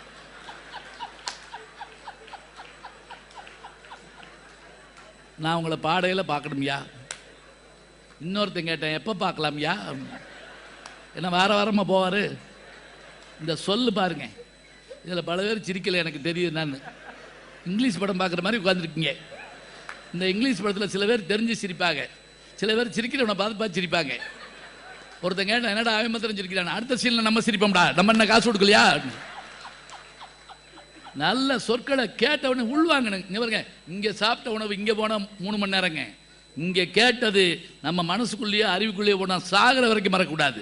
அதனால தான் திருவள்ளுவர் சொன்னார், எப்படி செல்வத்துள் செல்வம். ரொம்ப சின்ன குரலாக இருக்கு. சரி நானே சொல்லிடுறேன். எல்லா வகுப்பில் அதை தான் நான் செய்கிறேன். நானே கேள்வி கேட்பேன், நானே பதில் சொல்லுவேன். ஒரு அப்பா ஒரு பையனை கேட்டாராம், உங்கள் வகுப்புலேயே நல்லா படிக்கிறது யார்? எங்கள் வாத்தியார் அப்படின்னு கேவீங்க. செல்வத்துள் செல்வம் செவிச்செல்வம், அச்செல்வம் செல்வத்துள்ளெல்லாம் தலை. ஒரு கிராமத்தில் செல்வத்துள் செல்வம் நிப்பாட்டினேன். ஒரு அம்மா எந்திரிச்சு திருமதி செல்வம் அப்படின்னு சொல்லிச்சு. ரொம்ப சந்தோஷம், உட்கார அப்படின்ட்டேன். எம்ஜிஆர் அவருடைய அரசியல் வாழ்க்கை சொன்ன மாதிரி தேர்தல் நிற்கிறப்ப முதல்ல மாயத்தேவர் அவர்கள் எங்கள் ஊர் திண்டுக்கல் எனக்கு சொல்ல வந்தான். எத்தனை முறை வந்திருக்காரு தெரியுங்களா? அவர்கிட்ட இருக்க அந்த மனிதாயம் மணந்தானுங்க ரொம்ப ஆச்சரியம். ஒரு தடவை மேடைக்கு வராருங்க, மேடை தயாராகலை, ஒருத்தர் டியூப்லைட் கட்டிக்கிட்டு இருக்கான் மேலே, அந்த அந்த இந்த சேர் அப்படி கீழே விழுக போகுதுங்க. மேடைக்கு போனவர் அப்படியே பிடிச்சிக்கிட்டாருங்க அவனை. அவன் என்ன பண்ண தெரியுமா, அப்படியே பல்ட்டி அடிச்சு அவர் காலில் விழுந்துட்டான். ஏலே விழுகக்கூடாது தானே உன்னை பிடிச்சேன் அப்படின்னாரு. எம்ஜிஆர் பிடிச்சிட்டாருன்னு சொன்ன உடனே அவன் எப்படி வில்லா வளைஞ்சான் தெரியுமா? அப்புறம் அவனை போய் எல்லாரும் தொட்டு தடவை பார்த்துக்கிட்டான். எம்ஜிஆர் தொட்டா அழுவேன். என்ன சந்தோஷங்கிறீங்க? தீர்மானித்தல், முடிவெடுத்தல், செயல்படுத்துதல், நாட்டை அவர் மாதிரி ஆட்சி. இன்னைக்கு வர்ற சில பேர் நான் எம்ஜிஆர் ஆட்சியை அமைப்பேன்னு சொல்றதா இருந்தா அந்த அரசியல் எப்படிப்பட்ட அரசியலாக இருக்க வேண்டும் என்பதை நம்ம பார்க்குறோம். அதனால எனக்கு தெரிஞ்ச வரைக்கும் எம்ஜிஆருடைய புகழுக்கெல்லாம் காரணம் நிச்சயமாக அரசியல் வாழ்க்கை தான் அப்படின்னு கொஞ்சம் இப்போ தான் இன்டர்வல் விட்டுருக்கேன். அதுக்குள்ளையா ஒரு 5 நிமிஷம் இருங்க. பாகுபலி மாத்திரம் 2 பாகம் பார்த்தீங்க உட்காந்து. நம்மளை பார்க்க வச்சுவிட்டாங்க தெரியுங்களா? பாகத்தில் போய் ஒரு குத்து விட்டார் அவர். யார்? கட்டப்பா வந்து பாகுபலியை 1 வருஷம் நம்மளை பேச வச்சு விட்டாங்க. ஏன் குத்துனாரு, ஏன் குத்துனாரு, ஏன் குத்துனாரு. அதில் என்ன தெரியுமா? அந்த நேரம் அந்த ஜோக்கு ஒன்று. ஒரு கிளார்க்கு போய் மேனேஜர்கிட்ட லீவு கேட்டிருக்காரு. அந்த மேனேஜர் லீவு கொடுத்துருக்கலாம். அவர் என்ன பண்ணார் தெரியுமா? இங்கே ஒரே ஒரு கேள்வி கேட்பேன், அதுக்கு ஆன்சர் பண்ணேன்னா உனக்கு லீவு. என்ன தெரியுமா? கட்டப்பா பாகுபலியை ஏன் குத்துனாரு சொன்னா உனக்கு லீவு, இல்லைன்னா இல்லை. உடனே அந்த ஆள் சொல்லியிருக்காங்க, அந்த கிளார்க்கு, கட்டப்பா லீவு கேட்டிருப்பாரு, பாகுபலி கொடுத்துருக்க மாட்டான், சொருகிட்டான். படக்குன்னு கூப்பிட்டு கையெழுத்து போட்டு போ போ போ போப்பா போ, உனக்கு 1 மாதம் லீவு, ஓடிடு. கொஞ்சம் இருங்க, இது ஓடிவாங்க. இல்லை முடியல, நீங்கள் வந்து பாட்டு பாடிடுங்க. ஒன்று சினிமானா என்னங்க? Thomas Alva Edison, Lumière brothers 2 பேர் தான் இதை உருவாக்குனவங்க. இந்தியாவில் முதல் சினிமா எது தெரியுங்களா? 1913 ராஜா ஹரிச்சந்திரா, தாதா சாஹேப் பால்கே விருது. இந்த தாதா சாஹேப் பால்கே விருதெல்லாம் நம்ம ஊரில் பெரும்பாலும் தாத்தா ஆனா தான் கொடுக்குறாங்க. அதுக்கு எப்படி தாதா அவர் தான் எடுத்தவர், அந்த படத்தை எடுத்தவர், டைரக்டர். அது ஊம படம், படம் பேசாது. பேசுகிற படம் எப்போ வந்துச்சுங்களா? அந்த 13 அப்படியே உல்டாவை போடுங்க. 1931 முதல் சினிமா பேசுது. ஹிந்தி படம் ஆலம் ஆரா, தமிழ் படம் வந்து காளிதாஸ் முதல் படம். அது பாடுற படம்னு கூட சொல்ல முடியாது, பேசுகிற படம்னு கூட சொல்ல முடியாதுங்க. பாடுற படம் 54 பாட்டுங்க. சாப்பாடு கொண்டு போயிட்டு தான் பார்த்துருப்பாங்க படம். சாப்பிட்டு படுத்துருந்து எந்திரிச்சு அது எப்படி 50 பாட்டு தெரியுங்களா? டைட்டில் போட்டப்போ ஒரு பாட்டு, கதாநாயகனை காட்டினா ஒரு பாட்டு, கதாநாயகை காட்டினா ஒரு பாட்டு, 2 பேரும் சேர்ந்து 2 பாட்டு, தனித்தனியாக 2 பாட்டு. அதில் சந்தோஷமாக இருந்தால் நிலா முழுசாக இருக்கும், சோகமாக இருந்தால் அறையாக இருக்கும். பார்த்துருக்கீங்களா? வில்லை வந்துடுவார், அப்போ ஒரு பாட்டு, சண்டையில் ஒரு பாட்டு, திடீர்னு கதாநாயகன் கையில் விஷத்தை எடுத்துடுவார், அப்போ ஒரு பாட்டு, குடிப்பார், அப்போ ஒரு பாட்டு, டொம்முன்னு விழுந்து செத்தா இருக்கேன். சரி படம் முடிஞ்சுன்னு நினச்சேன். ஆவியா வந்து 2 பாட்டு பாடினார். விட்டா வீடு வரைக்கும் பாடிக்கிட்டே வருவாங்க போட்டுருக்கு. இது அந்த காலம். அப்புறம் பாட்டே இல்லாத ஒரு படம் வந்துச்சு தெரியுமா உங்களுக்கு? அந்த நாள்னு ஒரு படம், ஏவிஎம் படம், பாட்டே கிடையாது. என் நண்பர் கமலஹாசன் ஒரு படம் எடுத்தார், பேச்சே இல்லாத ஒரு படம், அதுக்கு பேர் பேசும் படம். இப்போ படமே இல்லைன்னு நிறைய படம் வருது, அது வேற விஷயம். வெளியே உட்காந்து பந்தம் கட்டிக்கிட்டு இருக்காங்க, அது படமே கிடையாது அப்படின்னு இருக்கான். இருக்கட்டும், இந்த சினிமா ஆரம்பித்து இப்படி வந்தபோது இன்னைக்கு நம்ம இவ்வளோ தூரம் பேசிகிட்டு இருக்கோம்னு சொன்னாங்கல்ல, 5 முதலமைச்சர்கள் சினிமாவிலேருந்து வந்தாங்கன்னா, எம்ஜிஆர் அவர்களுக்கு நீங்கள் நினச்சி பாருங்க, 3 வயசில் வர்றாருங்க, நாடகத்துக்குள்ளே போகிறாரு, நாடகத்தில் நடிச்சுட்டு சினிமாவில் அவர் நடிக்கிறதுக்கு எடுத்த உடனே அவர் ஹீரோவாக வந்தாரா? கிடையாதுங்க. எத்தனை வேஷம் தெரியுங்களா? அதுவும் சதிலீலாவதிக்கு பிறகும் கூட சின்ன சின்ன கேரக்டருங்க. அதில் குறிப்பாக ஒரு படம், சிவகவியான்னு நினைக்கிறேன், என்னன்னு தெரியல, தியாகராஜ பாபுடைய படம். அதில் அந்த சிறைச்சாலையில் இருக்கக்கூடிய சேவகர்களில் ஒரு ஆளாக இருப்பாருங்க. செங்கோலை பிடிக்க வேண்டிய கை இந்த சிறைச்சாலை கம்பிகளை பிடித்துக் கொண்டிருக்கிறது அப்படின்னு பேசுவார். இன்னைக்கு பல பேர் எம்ஜிஆரை பற்றி பேசுகிறப்ப அவர் குரல் தளர்க்கிற மாதிரி பேசுகிறாங்க. கிடையாதுங்க, எம்ஜிஆர் குரல் மாதிரி அற்புதமான குரல் நீங்கள் கேட்கவே முடியாது. அதுக்கு நீங்கள் நாடோடி மன்னன் பார்க்கணும், மகாதேவி பார்க்கணும். எவ்வளவு அற்புதமான விஷயங்கள். படம் வர்ற போதே அதில் சொல்கிறப்ப என்ன செய்வார்னு கேட்டால், மக்களுக்காக வாழ்தல், நல்லது மட்டும்தான் செய்யணும். அம்மாங்கிற விஷயத்தில் அவர் மாதிரி யார் இருப்பா, ஒடியாந்தவொடனே அப்படி காலை தொட்டு கும்பிடுவார். நமக்கு தோணும்ல அந்த மாதிரியான எண்ணம் இருக்கணும்னு. வசனம் வைக்கிறப்ப படத்துக்கு பேர் வச்சா கூட எப்படி பாருறீங்களா, அதில் கெட்ட மாதிரி இருக்கக்கூடாதுங்க. நல்லதுக்கு காலம் இல்லைன்னு ஒரு படத்துக்கு பேர் வச்சாங்களாம். எம்ஜிஆர் போய் கேட்டாராம், நல்லதுக்கு காலம் இல்லைன்னு வச்சா அது நல்லாவா இருக்குது, ஏன் என்னன்னு கேட்டிருக்காங்க. டிக்கெட் வாங்க போகிறவன் என்ன சொல்லுவேன், நல்லது காலம் இல்லை. படம் பாட்டு வரவே நல்லது காலம் இல்லை. ஒரு நாளைக்கு 5 லட்சம் பேர் இப்படி சொன்னாங்கன்னா என்ன ஆகிறது? அப்படி பார்த்தா இன்னைக்கு படத்துக்கு உரிய பேரை வெளியவே சொல்ல முடியாது. அது வேற. ஐயா கலைப்புள்ளி தாளெல்லாம் உட்காந்துருக்காங்க. இன்னைக்கு இருக்கிற பேர்களுக்கெல்லாம் தனித்தனியான தனி இது வேணும். அன்னைக்கு பேர் வைக்கிறப்ப என்ன செய்வார், நல்லவன் வாழ்வான். நல்ல வார்த்தையை பாருங்க, இந்த வார்த்தை சொல்லணும். நம் நாடு பேர் இருக்கணும், நம் நாடு இருக்கணும். பாட்டில் முத்துலிங்க ஐயா உள்பட பாட்டு எழுதுறப்ப அத்தனை அவர் என்ன செய்வாராம், கவிஞர்களோட போராடுவாராம். நல்ல வார்த்தை வர்றதுக்காக எவ்வளவு நேரம் ஆனாலும் சரி, எத்தனை சிரமம் ஆனாலும் சரி கொண்டு வரணும். ஏன் தெரியுங்களா, நான் என் பாட்டை வெளியில் போகிறப்ப பாடிக்கிட்டே போனோம். காலம் நம்மை விட்டு விட்டு நடப்பதில்லையே அப்படிங்கிற ஒரு வார்த்தை 1001 படத்தில் வரும்ல, அதோ அந்த பறவை போல வாழ வேண்டும், இதோ இந்த அலைகள் போல ஆட வேண்டும், ஒரே வானிலே ஒரே மண்ணிலே ஒரே கீதம் உரிமை கீதம் பாடுவோம் சொன்னா நான் சொல்லி சொல்லுங்க, நீங்க கேட்கணும். காதல் காட்சியில் கூட அருவருப்பு இல்லாமல் பார்க்கணுங்க. இன்னைக்கு டிவியில் ஏதாவது ஒரு சைன் வந்தால் குடும்பமே குலை வயிற்றில் புளியை கரைச்சிட்டு உட்காந்துருக்காங்க. அன்னைக்கு ஒரு படம் போட்டாங்க, குடும்பத்தில் எல்லாரும் உட்காந்து பார்த்துட்டு இருக்காங்க. திடீர்னு அவங்க அப்பா கத்துறாரு, 8 வயசு வேலை பார்த்து கண்ண மூடா அப்படின்றாரு. அவன் ஒடியாந்து அவங்க அப்பா கண்ணை மூடிவிட்டா அப்படியே. ஏன்னா அவரும் நினைப்பாள் அவர் கெட்டு போயிடுவாருன்னு. காதல் காட்சி எப்படி இருக்கணும், கலங்கரை விளக்கம்னு ஒரு படம். ஒன்றும் இல்லைங்க, டான்ஸ் ஆடிக்கிட்டே பாடினா தான் பாட்டு பார்ப்பாங்க இல்லைங்க, நடந்தே வருவாருங்க. காற்று வாங்க போனேன், ஒரு கவிதை வாங்கி வந்தேன். இன்றைக்கும் பாருங்களேன், ஒரு கூலிங் கிளாஸ் போட்டு கோட் போட்டு அவர் பாட்டு நடந்துவார்.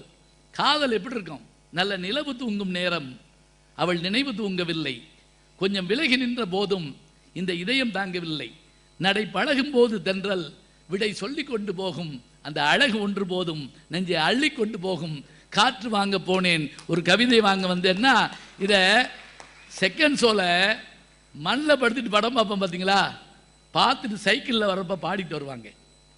பாடமாக வச்சா மறந்து போகக்கூடிய ஒன்று கவிதையாக, வசனமாக, காட்சியாக என்ற அத்தனையிலையும் கொண்டு வந்து அவ்வளவும் சொல்கிறாங்க.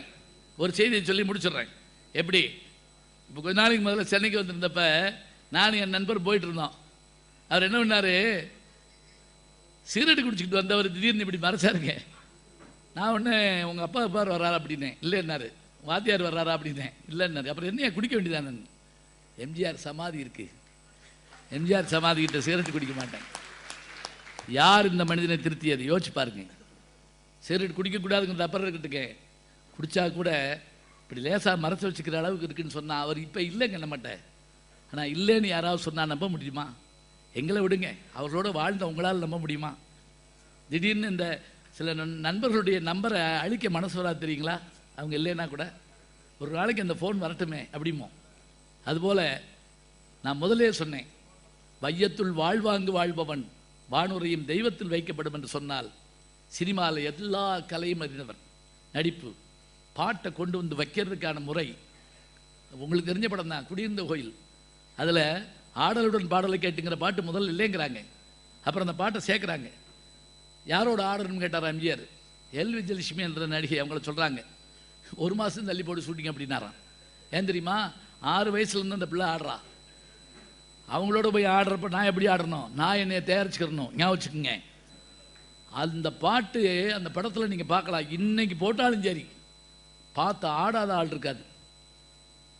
அசிங்கம் இல்லாமல் இருக்கிறது தானுங்க முக்கியமான ஒன்று. அருவருப்பு அசிங்கம் இல்லாமல் இருக்கணும். இப்போ கதாநாயகன் ஓடி போய் ஒட்டிடுறாங்க, அப்படியே பசையை போட்டு ஒட்டின மாதிரி ஒட்டி வச்சு விட்றாங்க. எதை வச்சு பிரிக்கிறதுனே இப்போ ஏதாவது புல்லோசர் வச்சு தான் பிரிக்கணும் போட்டுருக்கு. இல்லை, இன்னைக்கு காலம் இருக்கட்டும், நம்ம ஒன்றும் சொல்ல முடியாது.